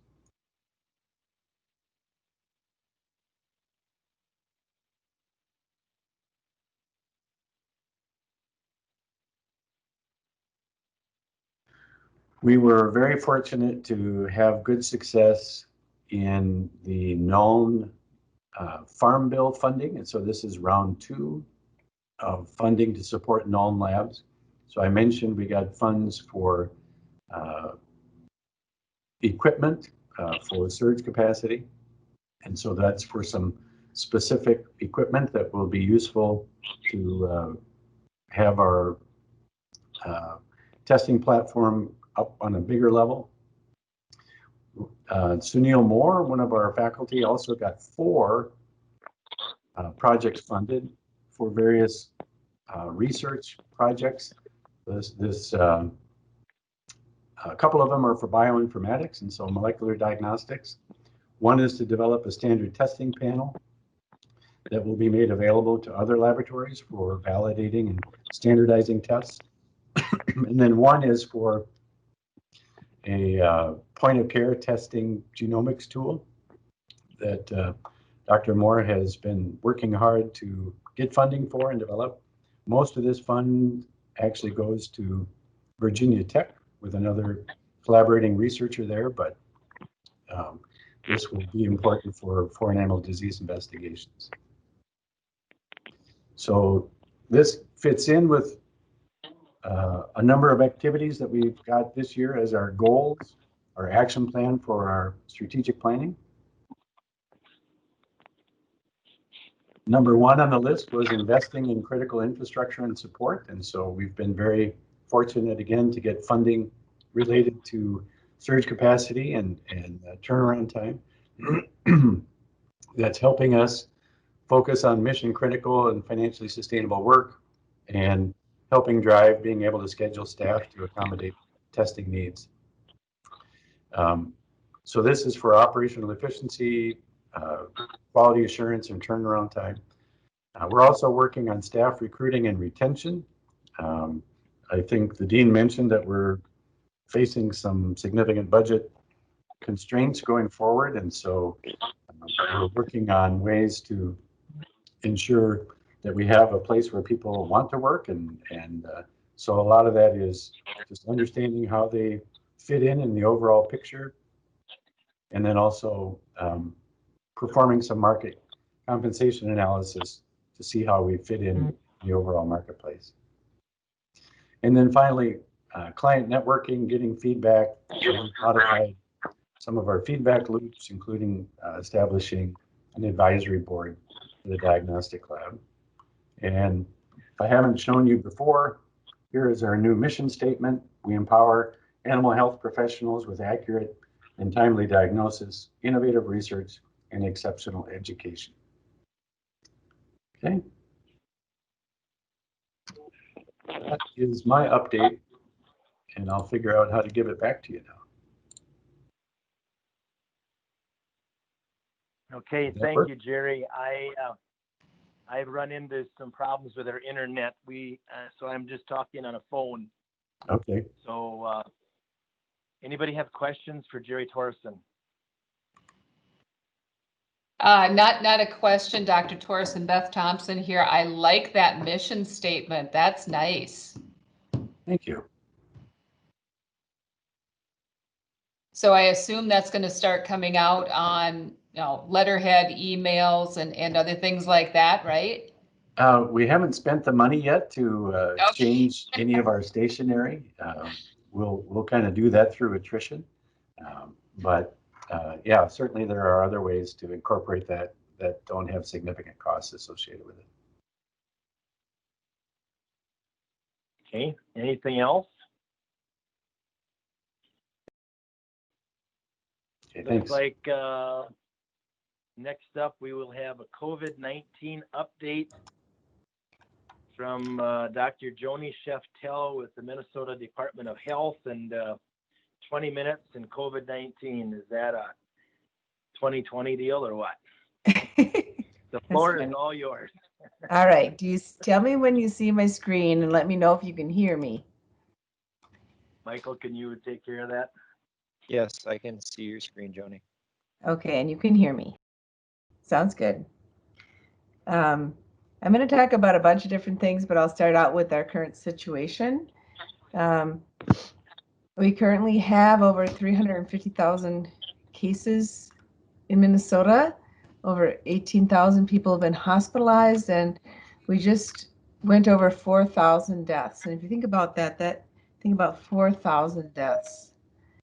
In the last few days, actually, things have gotten a little bit better.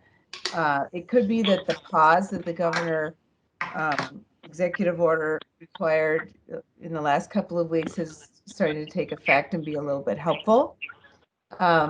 But in general, it's a bad situation.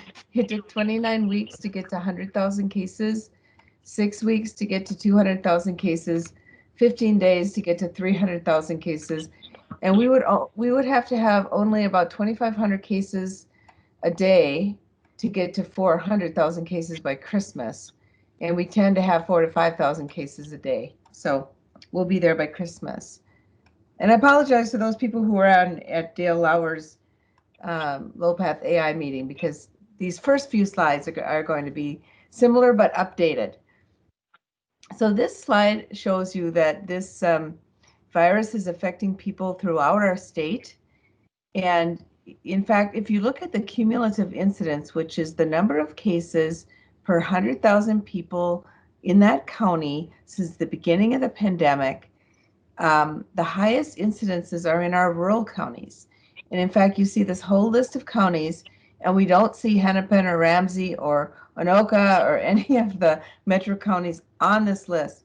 Even though Hennepin County has over 70,000 cases, the incidence, or the number of cases per 100,000 in that county, is lower than in our rural counties, in our greater Minnesota counties. So this is definitely a problem for all of us. And I work in critical infrastructure workplaces, which includes all the animal side workplaces too, because food and agriculture is in is the critical infrastructure piece. So that's why I'm so interested in the cases by age, and it shows you that well, this, many of us think of this disease as an old person's disease, and it's true that over 60 more likely to be hospitalized, over 70 more likely to die, but more likely to have this disease are working age people. And I want to go back in history here to the beginning of the pandemic, when meatpacking plants were the first workplaces to be affected. And there was a lot of really negative media on that. And, mainly focusing on the number of illnesses and deaths. So that's understandable. But it's also important to put it in perspective and to understand that these industries, meatpacking and other critical infrastructure industries, were ordered to operate when other businesses were ordered to close. And this was at a time when masks and personal protective equipment were not available. Testing was not available. These tools that we use now routinely to control disease spread were not at all available. And people work closely together. And the pandemic hit before these very large workplaces, and it would also include large manufacturing plants and distributors, could make the physical and operational changes to accommodate distancing that's so critical with this virus that spread through the air. So this is looking at all the employers in Minnesota that had COVID-19 cases, any number of cases, from the beginning of the pandemic to the end of May. And the bigger the dot, the more cases. And all of these big dots are meatpacking plants. You know, I took out the names, but they're all meatpacking plants. And now, if you look at from the beginning of June till now, the bigger dots are not, none of the bigger dots are meatpacking plants. And these are all, these are cajillions of small and medium-sized employers. The bigger dots are places with multiple locations around the state. So what we're seeing is a very dramatic shift in the epidemiology of COVID in the workplace. And early in the pandemic, like I said, there were large outbreaks where there was workplace transmission from, you got sick by going to work in meatpacking plants, large distributors and manufacturers. But now we see something completely different. We see small clusters of cases in small and medium-sized workplaces located all over the state, where workplace transmission is less often the source of folks' infections than spillover from community spread. Meaning that if you ask the employers, which we do, we connect with all of these employers, you ask them, tell us about your sick folk. And they go through one by one. Well, this one was actually on quarantine when their spouse was sick. Their spouse got COVID, they were out on quarantine when they tested positive. They weren't even in the workplace, but they're associated with this workplace because that's how we do our surveillance. Or they were on vacation when they tested positive, they've not been in the building. These are the types of stories we hear. And, that's not entirely across the board, but that's pretty much what we're seeing. But what we did was we took what we learned in meatpacking plants and applied it to other critical infrastructure sectors. And the meatpacking plants were excellent teachers for me and us. These are the basic things you need to do to prevent workplace spread. You have to screen employees, and we want it verbal if we can, for symptoms, every employee, every shift. And then you figure out, you send people with symptoms to be tested. If they're negative, they come out to work. If they're positive, they isolate for a minimum of 10 days. And then you do your workplace contact tracing, where you figure out who else in the workplace may have been in contact with that person, and those folks are quarantined. Distancing, like we just talked about, is really important. And then absolutely mandatory masking. Workplaces that have religious masking, we are finding almost no spread of COVID in the workplace. Even like I deal with a lot of veterinary clinics, even tiny vet clinics with 6 people, one person gets COVID, out in the community, going out to a restaurant or bar, and the rest of the employees don't get sick because they're all masking.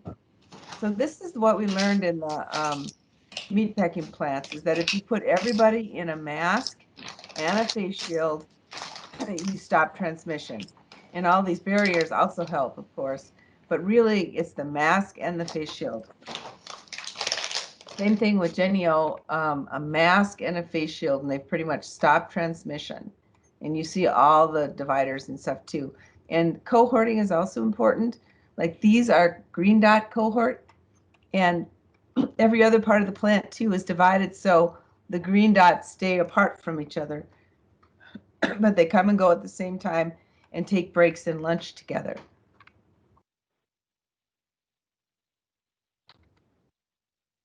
Of course, there were huge effects on Minnesota livestock and poultry producers from COVID, and actually a lot of us in public health, we just can't believe, we never thought about it like this, that a human disease could have such a terrible and huge effect on animal side things, on the animal and veterinary medicine, other things on the animal side.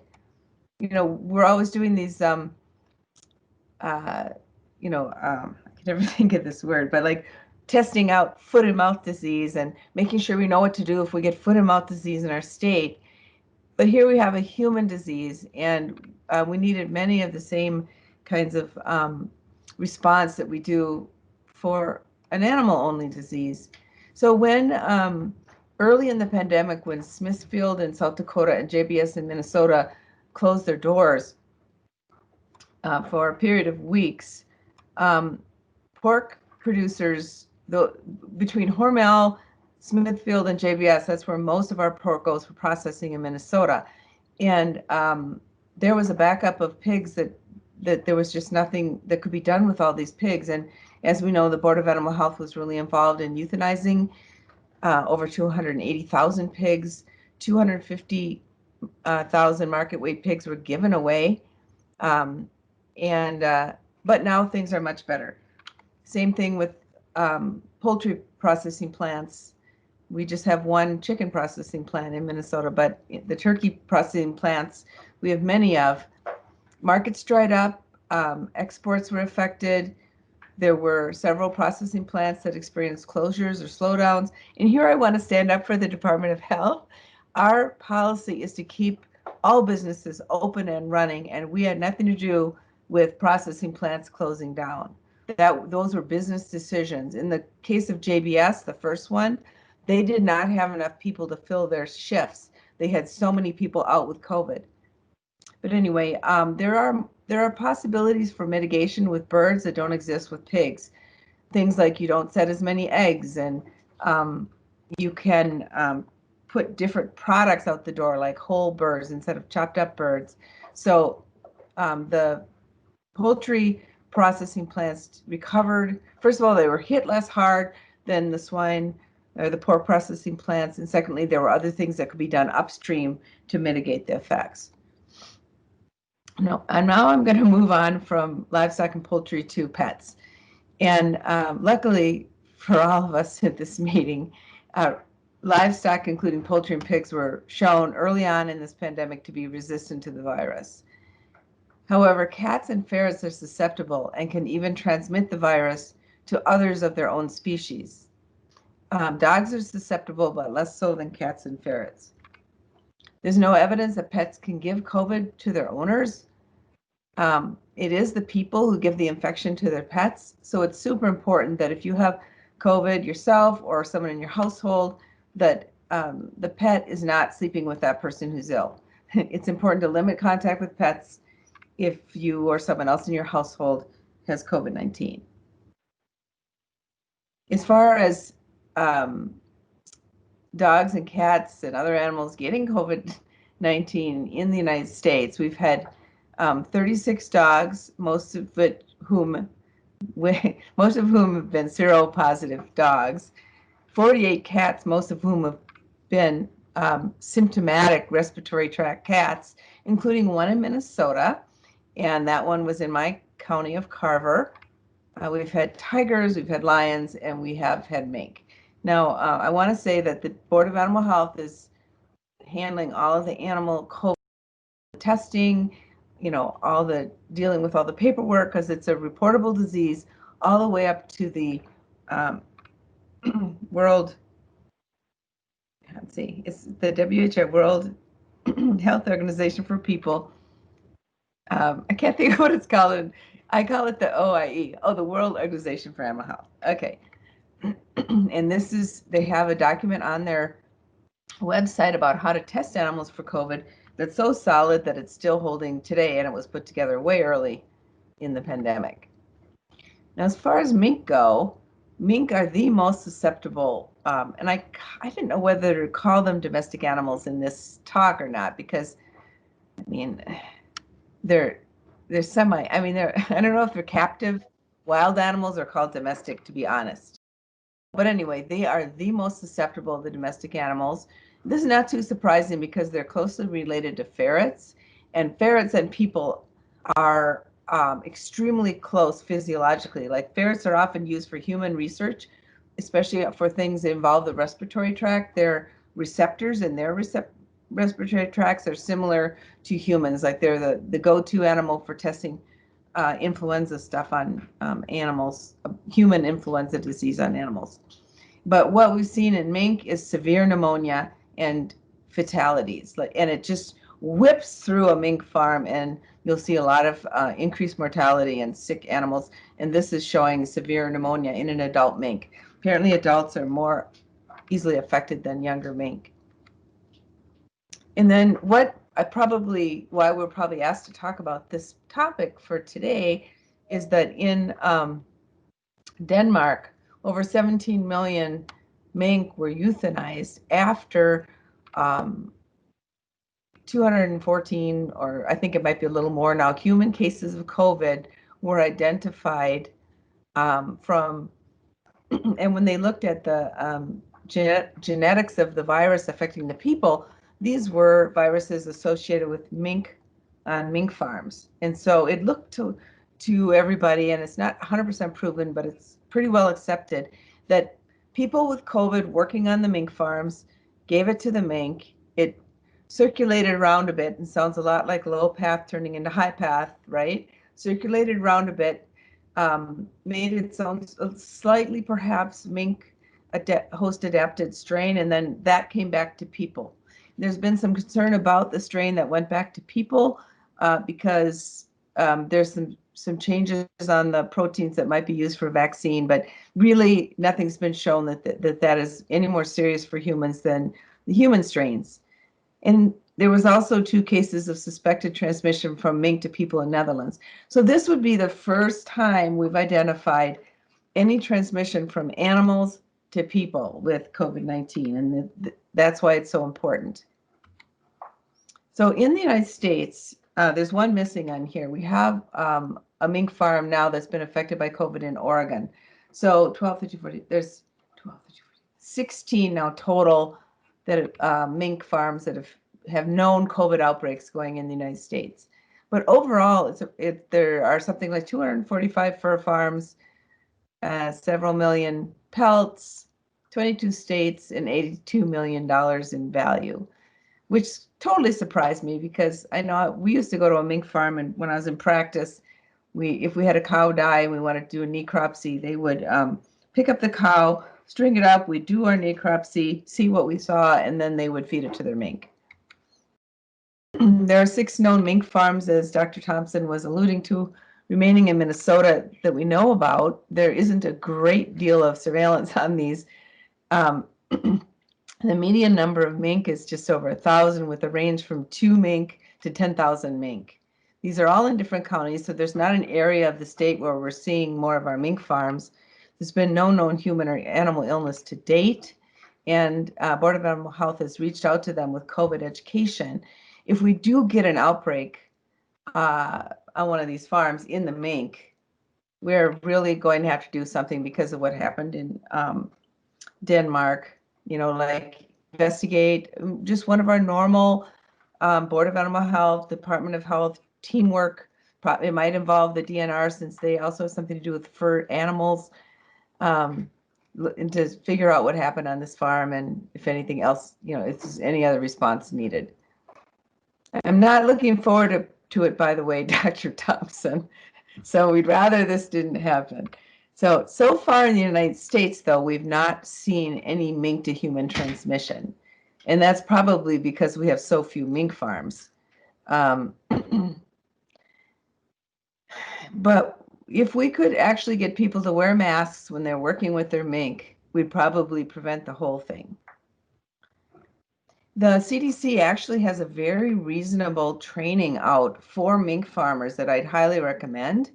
And in it, for the first time I've ever seen, they recommend that mink farmers use, here they're showing a surgical mask, but mink farmers actually wear an N95 mask, and even though they're not fit tested, to do it to the best of their ability, which is new because we were fighting for that with low path AI and during our high path AI outbreak. And they never gave on it then, but now they are recommending it. So that was pretty exciting to see. I thought this is cool, and I think this is my last slide, so I'll ask if there are any questions.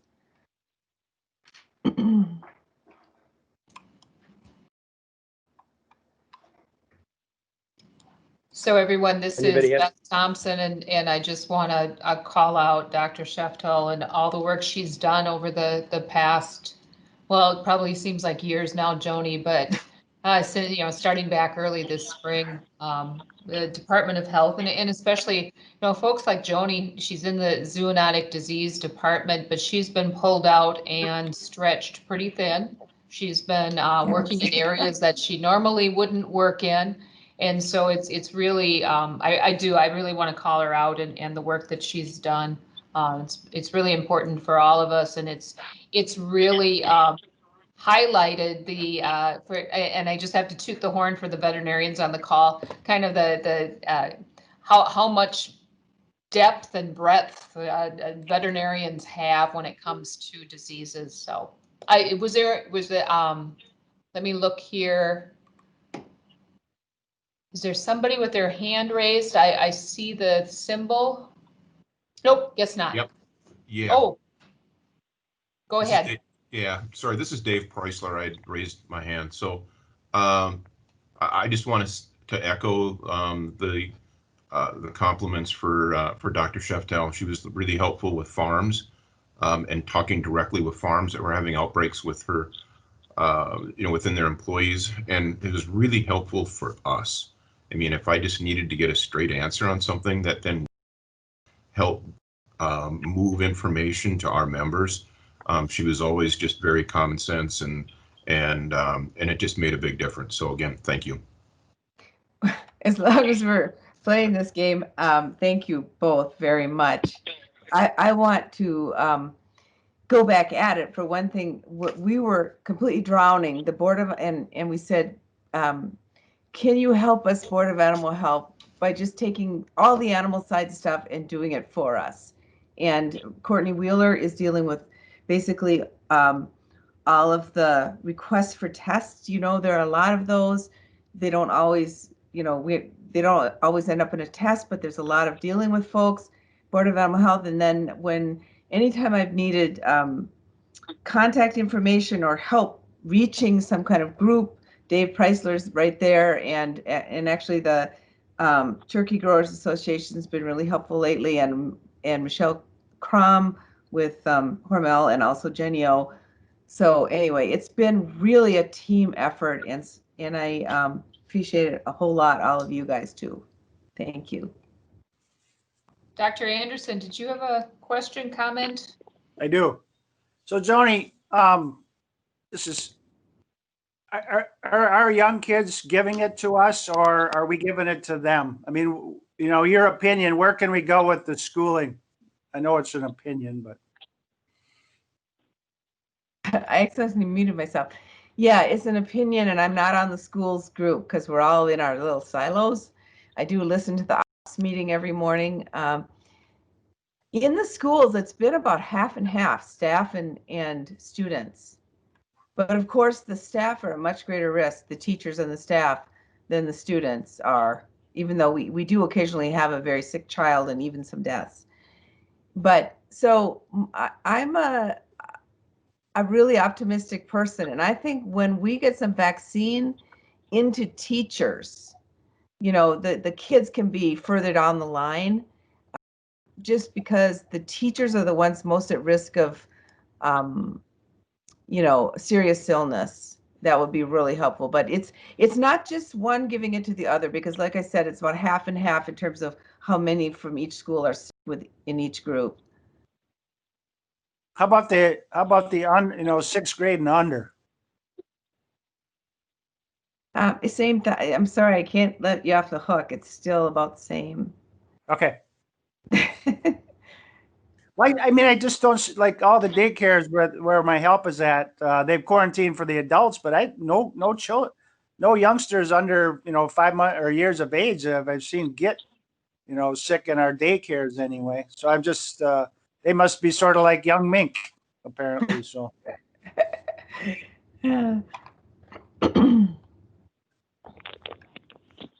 Any other questions for Mel? Any hands up out there on the, like I said, I'm offline here now. I'm just on a phone, so. I don't see any, Dean. Thank you. Okay, thank you for your work in a very, very difficult time. And I just couldn't imagine being in the medical profession, the healthcare profession, and have this at you day after day after day, and how it would wear you down. I know having dealt with some disease and stuff like that in my lifetime with the big business, it's it's a hard time, but when you have this at you for 8-9 months at a time every day, I just can't imagine what these people are going through. So, all right. Well, thank you again. And looks like we are ready to bring up the poultry update here with Shauna Voss. Shauna, it's all yours. Thank you. I'm going to hopefully share my screen here.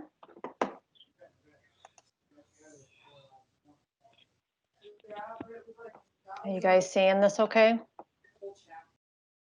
Yes. Okay.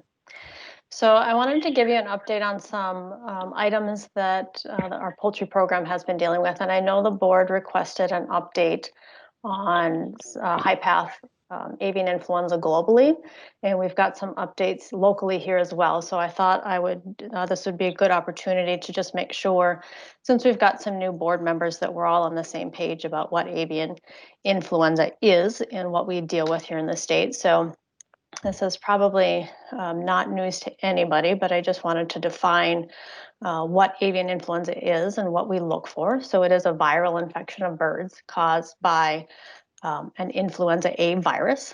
Wild waterfowl and shorebirds are considered the natural reservoir for avian influenza, which begins in Minnesota when we start dealing with migration patterns. When influenza gets into poultry, we can see a wide variety of disease, anywhere from completely subclinical infections in the birds to reproductive disturbances. So most commonly what's seen as an egg production drop, respiratory disease, or in the very pathogenic forms of influenza, it can be an acute and fatal systemic disease. So that's where we see that rapid death very quickly with those high path avian influenza cases. It's just important to note that certain subtypes of avian influenzas can be zoonotic, and so we always make sure that we've got Joni in our back pocket and give her a call and notify the Department of Health if we're dealing with any influenza cases that we suspect or are concerned could potentially move into our people. As far as avian influenza reporting, I wanted to point out that influenza in poultry is reportable to the Board of Animal Health. So anybody who suspects that they have disease in their flock, or if they're doing any sort of testing, so the laboratories, if they have any suspect or positive results, they are obligated to report that information to the board. For the purpose of reporting to the World Organization for Animal Health, OIE, they define avian influenza as infections of poultry that are caused by an influenza A virus that's highly pathogenic avian influenza, and by the H5 and H subtypes of low pathogenic avian influenzas. So if it's not an H5 or an H7, those are not considered avian influenza by definition, and therefore are not notifiable to the OIE. So just kind of keep that in mind. Doesn't mean that we don't respond and act on them locally and want to look for them, but it doesn't get reported out through USDA to the World Organization for Animal Health. So to give a little bit of an update on our highly pathogenic avian influenza viruses that are circulating throughout the globe, this data, I will warn you, is changing frequently. And I know Dr. Donahue sent out a new updated report today, which I didn't get a chance to look through. So this information might be a little bit old, but I think it still kind of highlights the areas of the world that are seeing ongoing infections. So we've got a lot of outbreaks kind of happening here in Asia, so China, Chinese Taipei, Japan, Korea, Vietnam, and some in the Middle East here as well. So there's kind of new outbreaks in Afghanistan and Israel right now.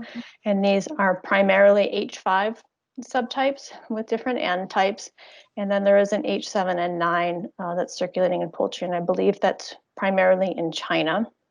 And so these are kind of our new outbreaks that we're seeing right now in Israel, Japan, and Korea. There are some of these outbreaks in poultry, and there's also some in non-poultry, which I assume are wildlife, that they've identified those infections. So this is not uncommon to see these kind of ongoing outbreaks in Asia, but it does seem to have a little bit of an uptick right now. And then there has been an ongoing case of high pathogenic avian influenza in Australia. So this is an H7 variety that's been going on since summer. And I believe that that is still considered an ongoing outbreak. As far as what's happening in Europe, they are having an outbreak of high path avian influenza just since this fall. So since October 16th, we've had a number of reports in our European countries in Belgium, Denmark, France, Germany, Ireland, the Netherlands, Sweden, Norway, and the UK. This list may not be inclusive. As I said, there was a new report that came out today, so I may have missed it, but I think it's just highlights the fact that there's a lot of cases going on right now. Last I checked, there was over 300 cases of high path reported yet this year, with the majority of them being identified in wild birds, but there are some in poultry and captive birds as well. The subtypes that they're seeing right now are primarily an H5N8, but there's also reports of other H5s in Europe. I wanted to add the United States on here, not that we have an ongoing or any sort of outbreaks, but just to give a little bit of history to say that it's not, we do sometimes will get on high pathogenic avian influenza. If you remember, in 2014 and 2015, we had the largest foreign animal disease outbreak on US soil, and it was an H5N2 highly pathogenic avian influenza. That impacted 21 states. Minnesota was one of them. In Minnesota, we had 110 premises identified with high path avian influenza. So with that in mind, that was a bad year for all of us. And it's still on people's mind. And so I think people our producers are still very vigilant and alert to be looking out for any signs of illness in their birds and getting the diagnostic testing done, so we kind of stay on top of that. There was a high path incident that happened in 2017. The high path case was identified in Tennessee, and this was a North American strain of H7N9 that was identified in 2 commercial flocks in Tennessee. There was also 12 low pathogenic cases of the same H7N9 in Tennessee, and I believe the other states were Alabama and Georgia that were identified as part of that outbreak. And then earlier this year in South Carolina, we had an H7N3 that was identified high pathogenic in South Carolina. That was also a North American strain. And when that case was identified, they also identified some other H7N3 low pathogenic strains in some nearby flocks. And so both the Tennessee and South Carolina were cases of a low pathogenic strain mutating to a high pathogenic and causing disease. So it is something that we occasionally see in the US, just to provide a little bit of history and background on that. Any questions on our global cases of influenza before I move on to what we're seeing here in Minnesota?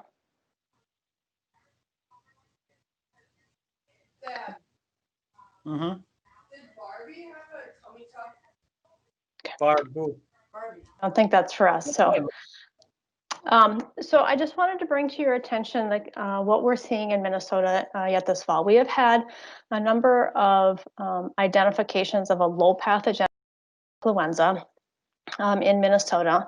In Meeker County alone, we've had, there's been 6 detections in commercial turkey flocks and 1 detection in a commercial breeder flock. These were all identified as an H6N1 low pathogenic avian influenza. So by our OIE definition, it's not an H5 or an H7, so it's not reportable through the World Organization of Animal Health. But it is something that we're watching and trying to make sure that we stay on top of here in Minnesota. These cases were first identified through an enhanced industry-driven surveillance system that many of our poultry companies institute in the spring and fall, because they think that, or we believe that that's the higher risk of having these introductions. And this is a drinker biofilm testing that was developed through the University, Carol Cardona, And it's a way of sampling larger numbers of poultry at any given time. So you're sampling the drinkers that they're using instead of individual birds. This is not official testing, so it's not reportable through those normal chains.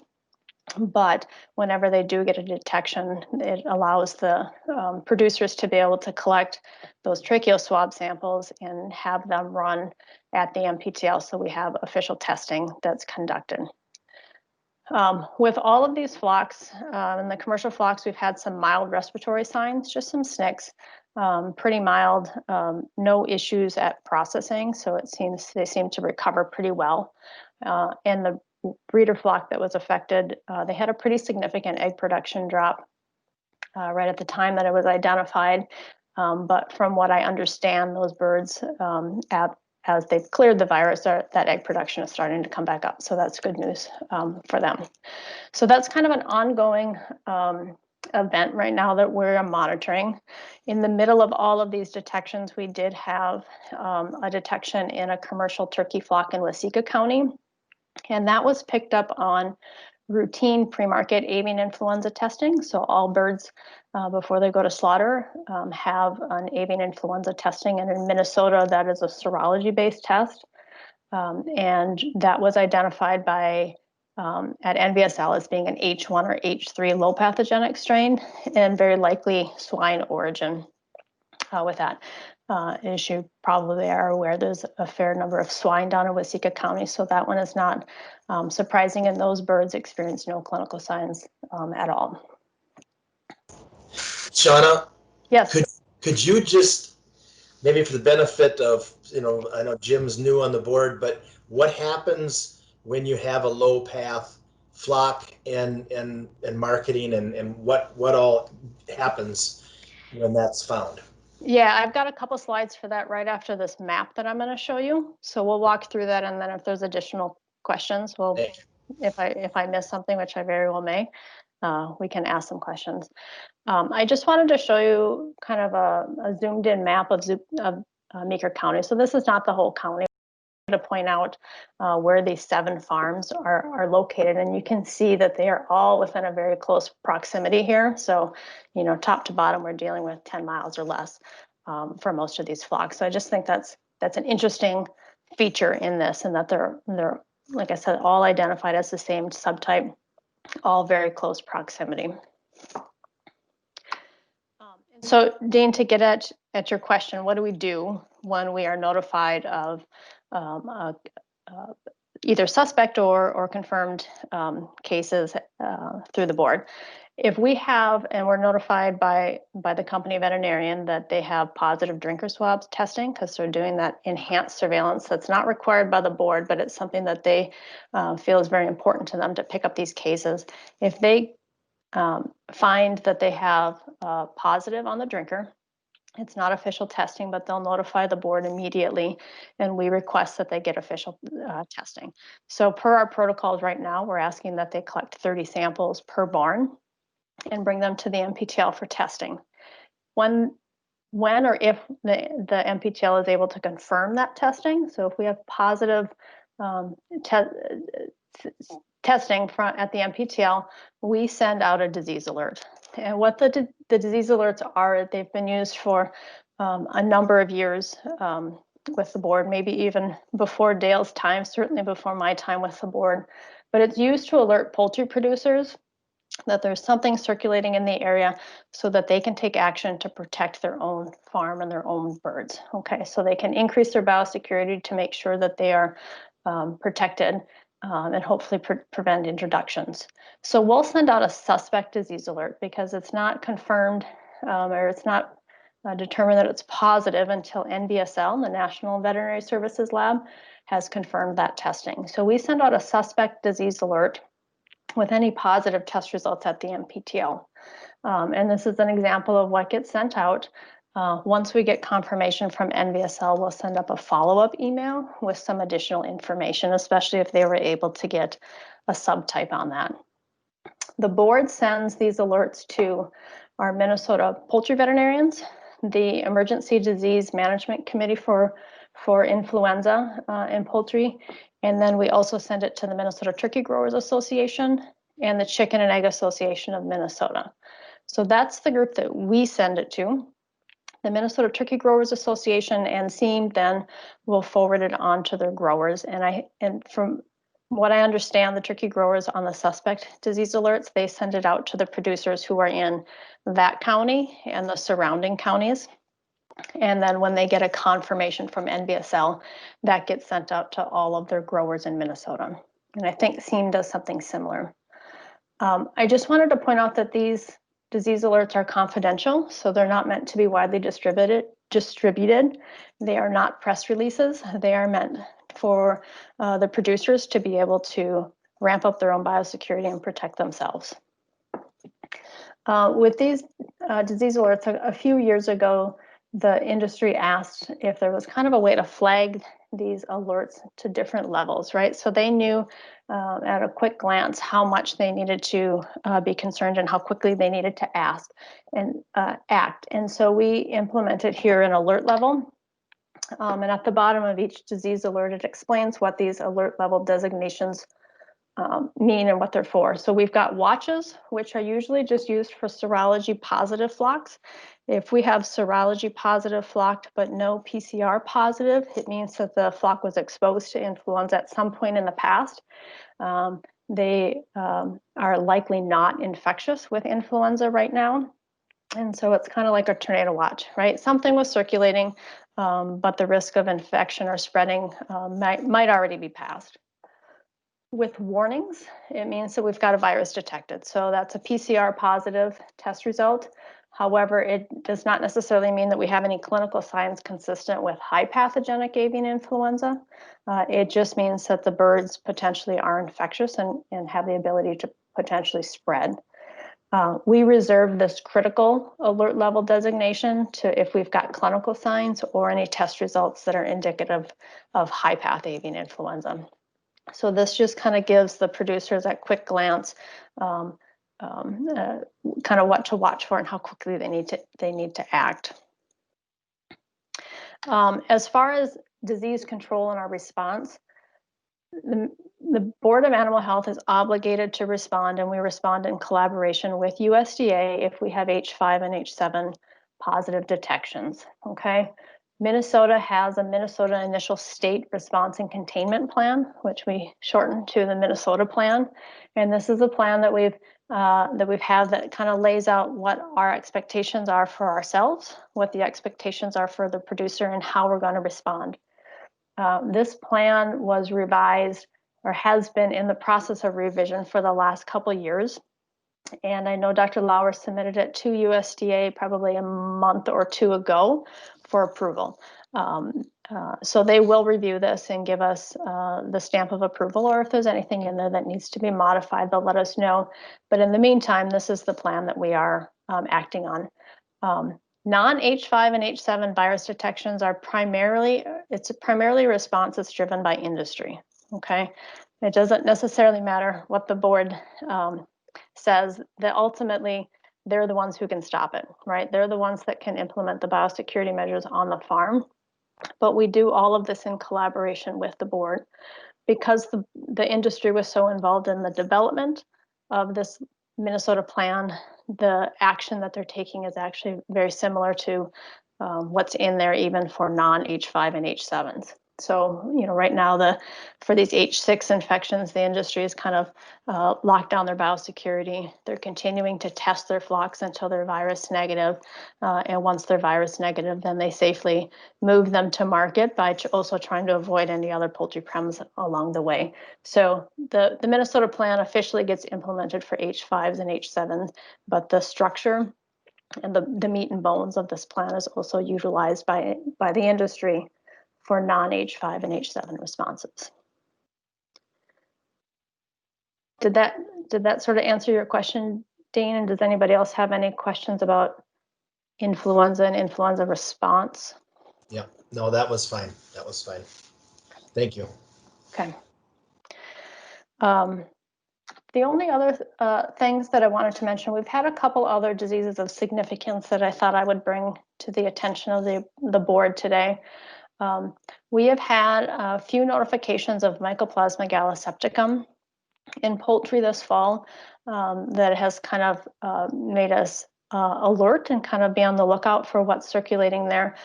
We've had reports of a couple backyard flocks that have had confirmed diagnostic testing done on their sick birds, or in one case, there was a flock that had very high mortality in their flock, and it was determined to be a Mycoplasma gallisepticum infection. Mycoplasma gallisepticum, or MG, that we abbreviate it to, is probably not uncommonly found in backyard poultry. There's not the same level of surveillance and elimination of the mycoplasma infections in these backyard birds. And so I always make the assumption that unless there's information otherwise, you have to assume that these flocks have the potential to be positive. So I don't think it's a surprise that we've identified it in the backyard flocks, but it's just something to make note of. What is unusual and what can cause a lot of problems is over into our commercial poultry populations.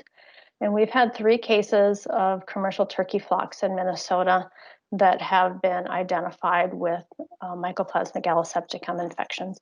These flocks have had lots of problems health-wise. This picture of this turkey here, you can see big swollen sinuses under their eyes, so it causes lots of respiratory signs.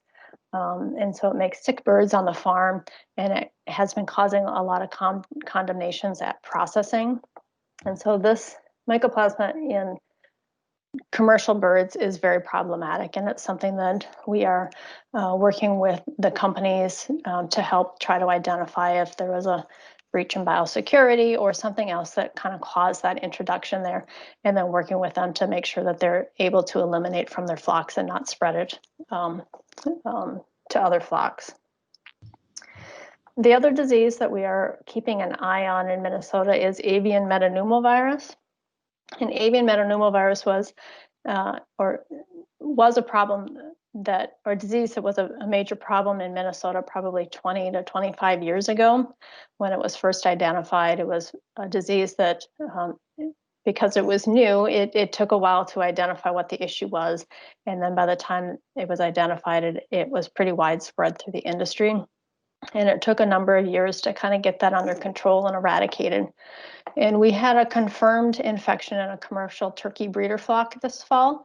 And no other cases in Minnesota that we are aware of, but we just wanted to make sure that our industry members and our poultry veterinarians are alert and making sure that it's on their radar so that they can have it on their differential diagnosis list when they're going through and working up flock health issues. We have had reports of some infections of avian metapneumovirus in other states as well. So it's just something that the board is keeping on their radar, and we're monitoring that situation to make sure that we don't end up in a situation like we were 20 years ago with widespread infection. So hopefully we can catch these sooner rather than later and hope to keep them under control. Any questions on Mycoplasma or pneumovirus? This most recent, or this avian metapneumovirus, what, if a person deals with that in an outbreak, is there vaccine that's used, or is it, kind of all in, all out, which I think is pretty much practice for the most part in the poultry industry? How do you deal with some of those? Do you have vaccines you can lean on, or what? I might have to, if Dr. Lauer's on the call, I might need to lean on it in him, because the outbreaks that they dealt with before was before my time.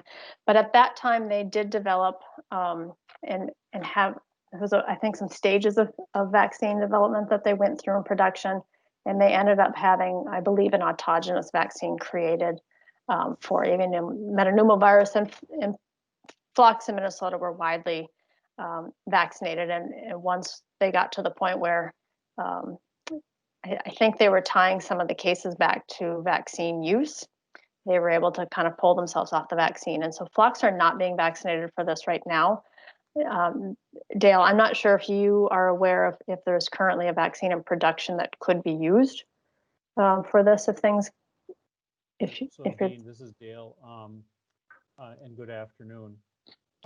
The pneumovirus thing, and it's probably going to take a little bit more of a longer discussion if you'd like some more detail, but basically when it was identified, 20 years ago, we had no diagnostic tests and we had no vaccine.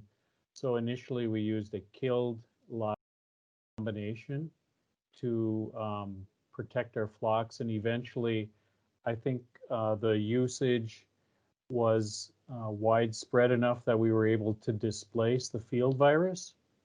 So basically we were able to move it out and we stopped vaccinating and the pneumovirus was gone. So it's really quite a success story, and we were very fortunate to have USDA funding to make sure we could work with vaccination protocols, epidemiology, and just basically a vaccination project that I could explain to the board at the next meeting. But we were really lucky to kind of move it out, because I think the concern was it's going to spread to the upper Midwest to a 5-state area, and then we've got bigger problems than just having a localized Minnesota problem. But my concern, and the reason that I wanted Shauna to bring it up to the board members, is because in my experience, this has been much more transmissible than avian influenza. So once you get it identified, and if you don't shut the door or have the veterinarians on their radar screen in our multiple age sites, it can be a real problem. So I hope that answers your question a little bit. Sure, thank you. And is that typically like an airborne, like avian influenza might possibly have some component to that, or is it more animal to animal? No, it's certainly a respiratory, and I think the problem is you get it on a multiple age site, and it goes from the older birds to the younger birds. You know, it's that whole disease transmission type thing that happens. So if you're able to single age, clean out the site, you've got a much better chance of getting rid of it. So okay, thank you, Dale. Thank you, Shauna. Shauna, do you have anything else? Yeah, I had one more slide here, one more update, end on some good news here. I think we have brought to the attention of the board over the past year or so the challenge that we've run into with our Salmonella pulmonar typhoid antigen. That's an antigen that we use in the field as a plate test to test for pulmonar typhoid, which is the basis for NPIP. That antigen was back ordered since early in 2019, and there was a nationwide shortage that we were all dealing with. Minnesota had put together a contingency plan, and we're allowing the use of expired antigen on a case-by-case basis with our approval, because we were testing that antigen at the NPTL to make sure that it responded appropriately. Charles River, which is the company that's producing the Pleurum antigen, has been able to ramp up production. They've gotten approval in 2020. And just recently, they've got their production up enough that we've been able to obtain actually a fair bit of antigen, and we've got plans just to begin to discontinue the use of expired antigen. So we're actually feeling a lot better about our Pleurum testing situation, and we look forward to sunsetting the use of our expired antigen and start using the new stuff that's been in production. So that's just an update on that, and that's all I had for my update. Okay, thank you, Shauna. Yeah. Okay, that brings us, looks like, nearly to the end of the meeting. We do need to pick another meeting date for our spring quarterly board meeting. A year ago, we ended up we met about this time of the year, and then we met again in January. I don't think we have issues pressing that I'm aware of to have to do it a month later like we did last time. So I guess Dr. Thompson, if you would like to maybe give us some thoughts. Oh, I was going to, it looks like Sarah Anderson had her hand up for maybe Shauna's presentation before. Okay. Sarah, are you still there, or do you have a question? I'll just email Shauna. Oh, okay. All right. Thank you. Sorry about that. I didn't see that. Yeah, I just noticed that. So as to a date, and you're thinking January? No. Well, I don't know that we'd have to meet in January. I think last year because of that went on in December, we met again in January, a month later. is the reason that we met 1 month apart. Yeah. So I don't know if there are concerns that need to be addressed by the board members either earlier or later in that quarter, but we could certainly look at going into February or into March. I'm just running through my calendar right now and nothing really jumps out as far as major items on the calendar. Yeah, they've been pretty well cleared, haven't they? Yeah. So I don't know if a person want to do something about the third Wednesday or so of March, if the board members could take a look and see what they might have for conflicts. So that would make us a Irish Board of Animal Health, because that would be the 17th. Okay, all right. Perfect. March 17th. Does that look okay to everybody? Okay. I'm good. Okay, all right. Well, should we go ahead and do that? And, as far as where to have it, it's kind of in limbo. I think maybe if the guy wanted to try to go where we were going to go here this time and get something tentatively set up, if we can meet in person, but I kind of doubt that's going to happen. And I'll leave all of that to Michael and Aaron too, but we'll get it on the calendar right now for the 17th, and work through in the next month or so, next 6 weeks probably, as to whether or not that's going to be in person or virtual. Sounds good. Okay. Anything else? Any announcements or anything? Okay. Well, I think I'm to the point where would entertain a motion to adjourn. Motion to adjourn. Okay, is there a second? I'll second that. Okay, any discussion?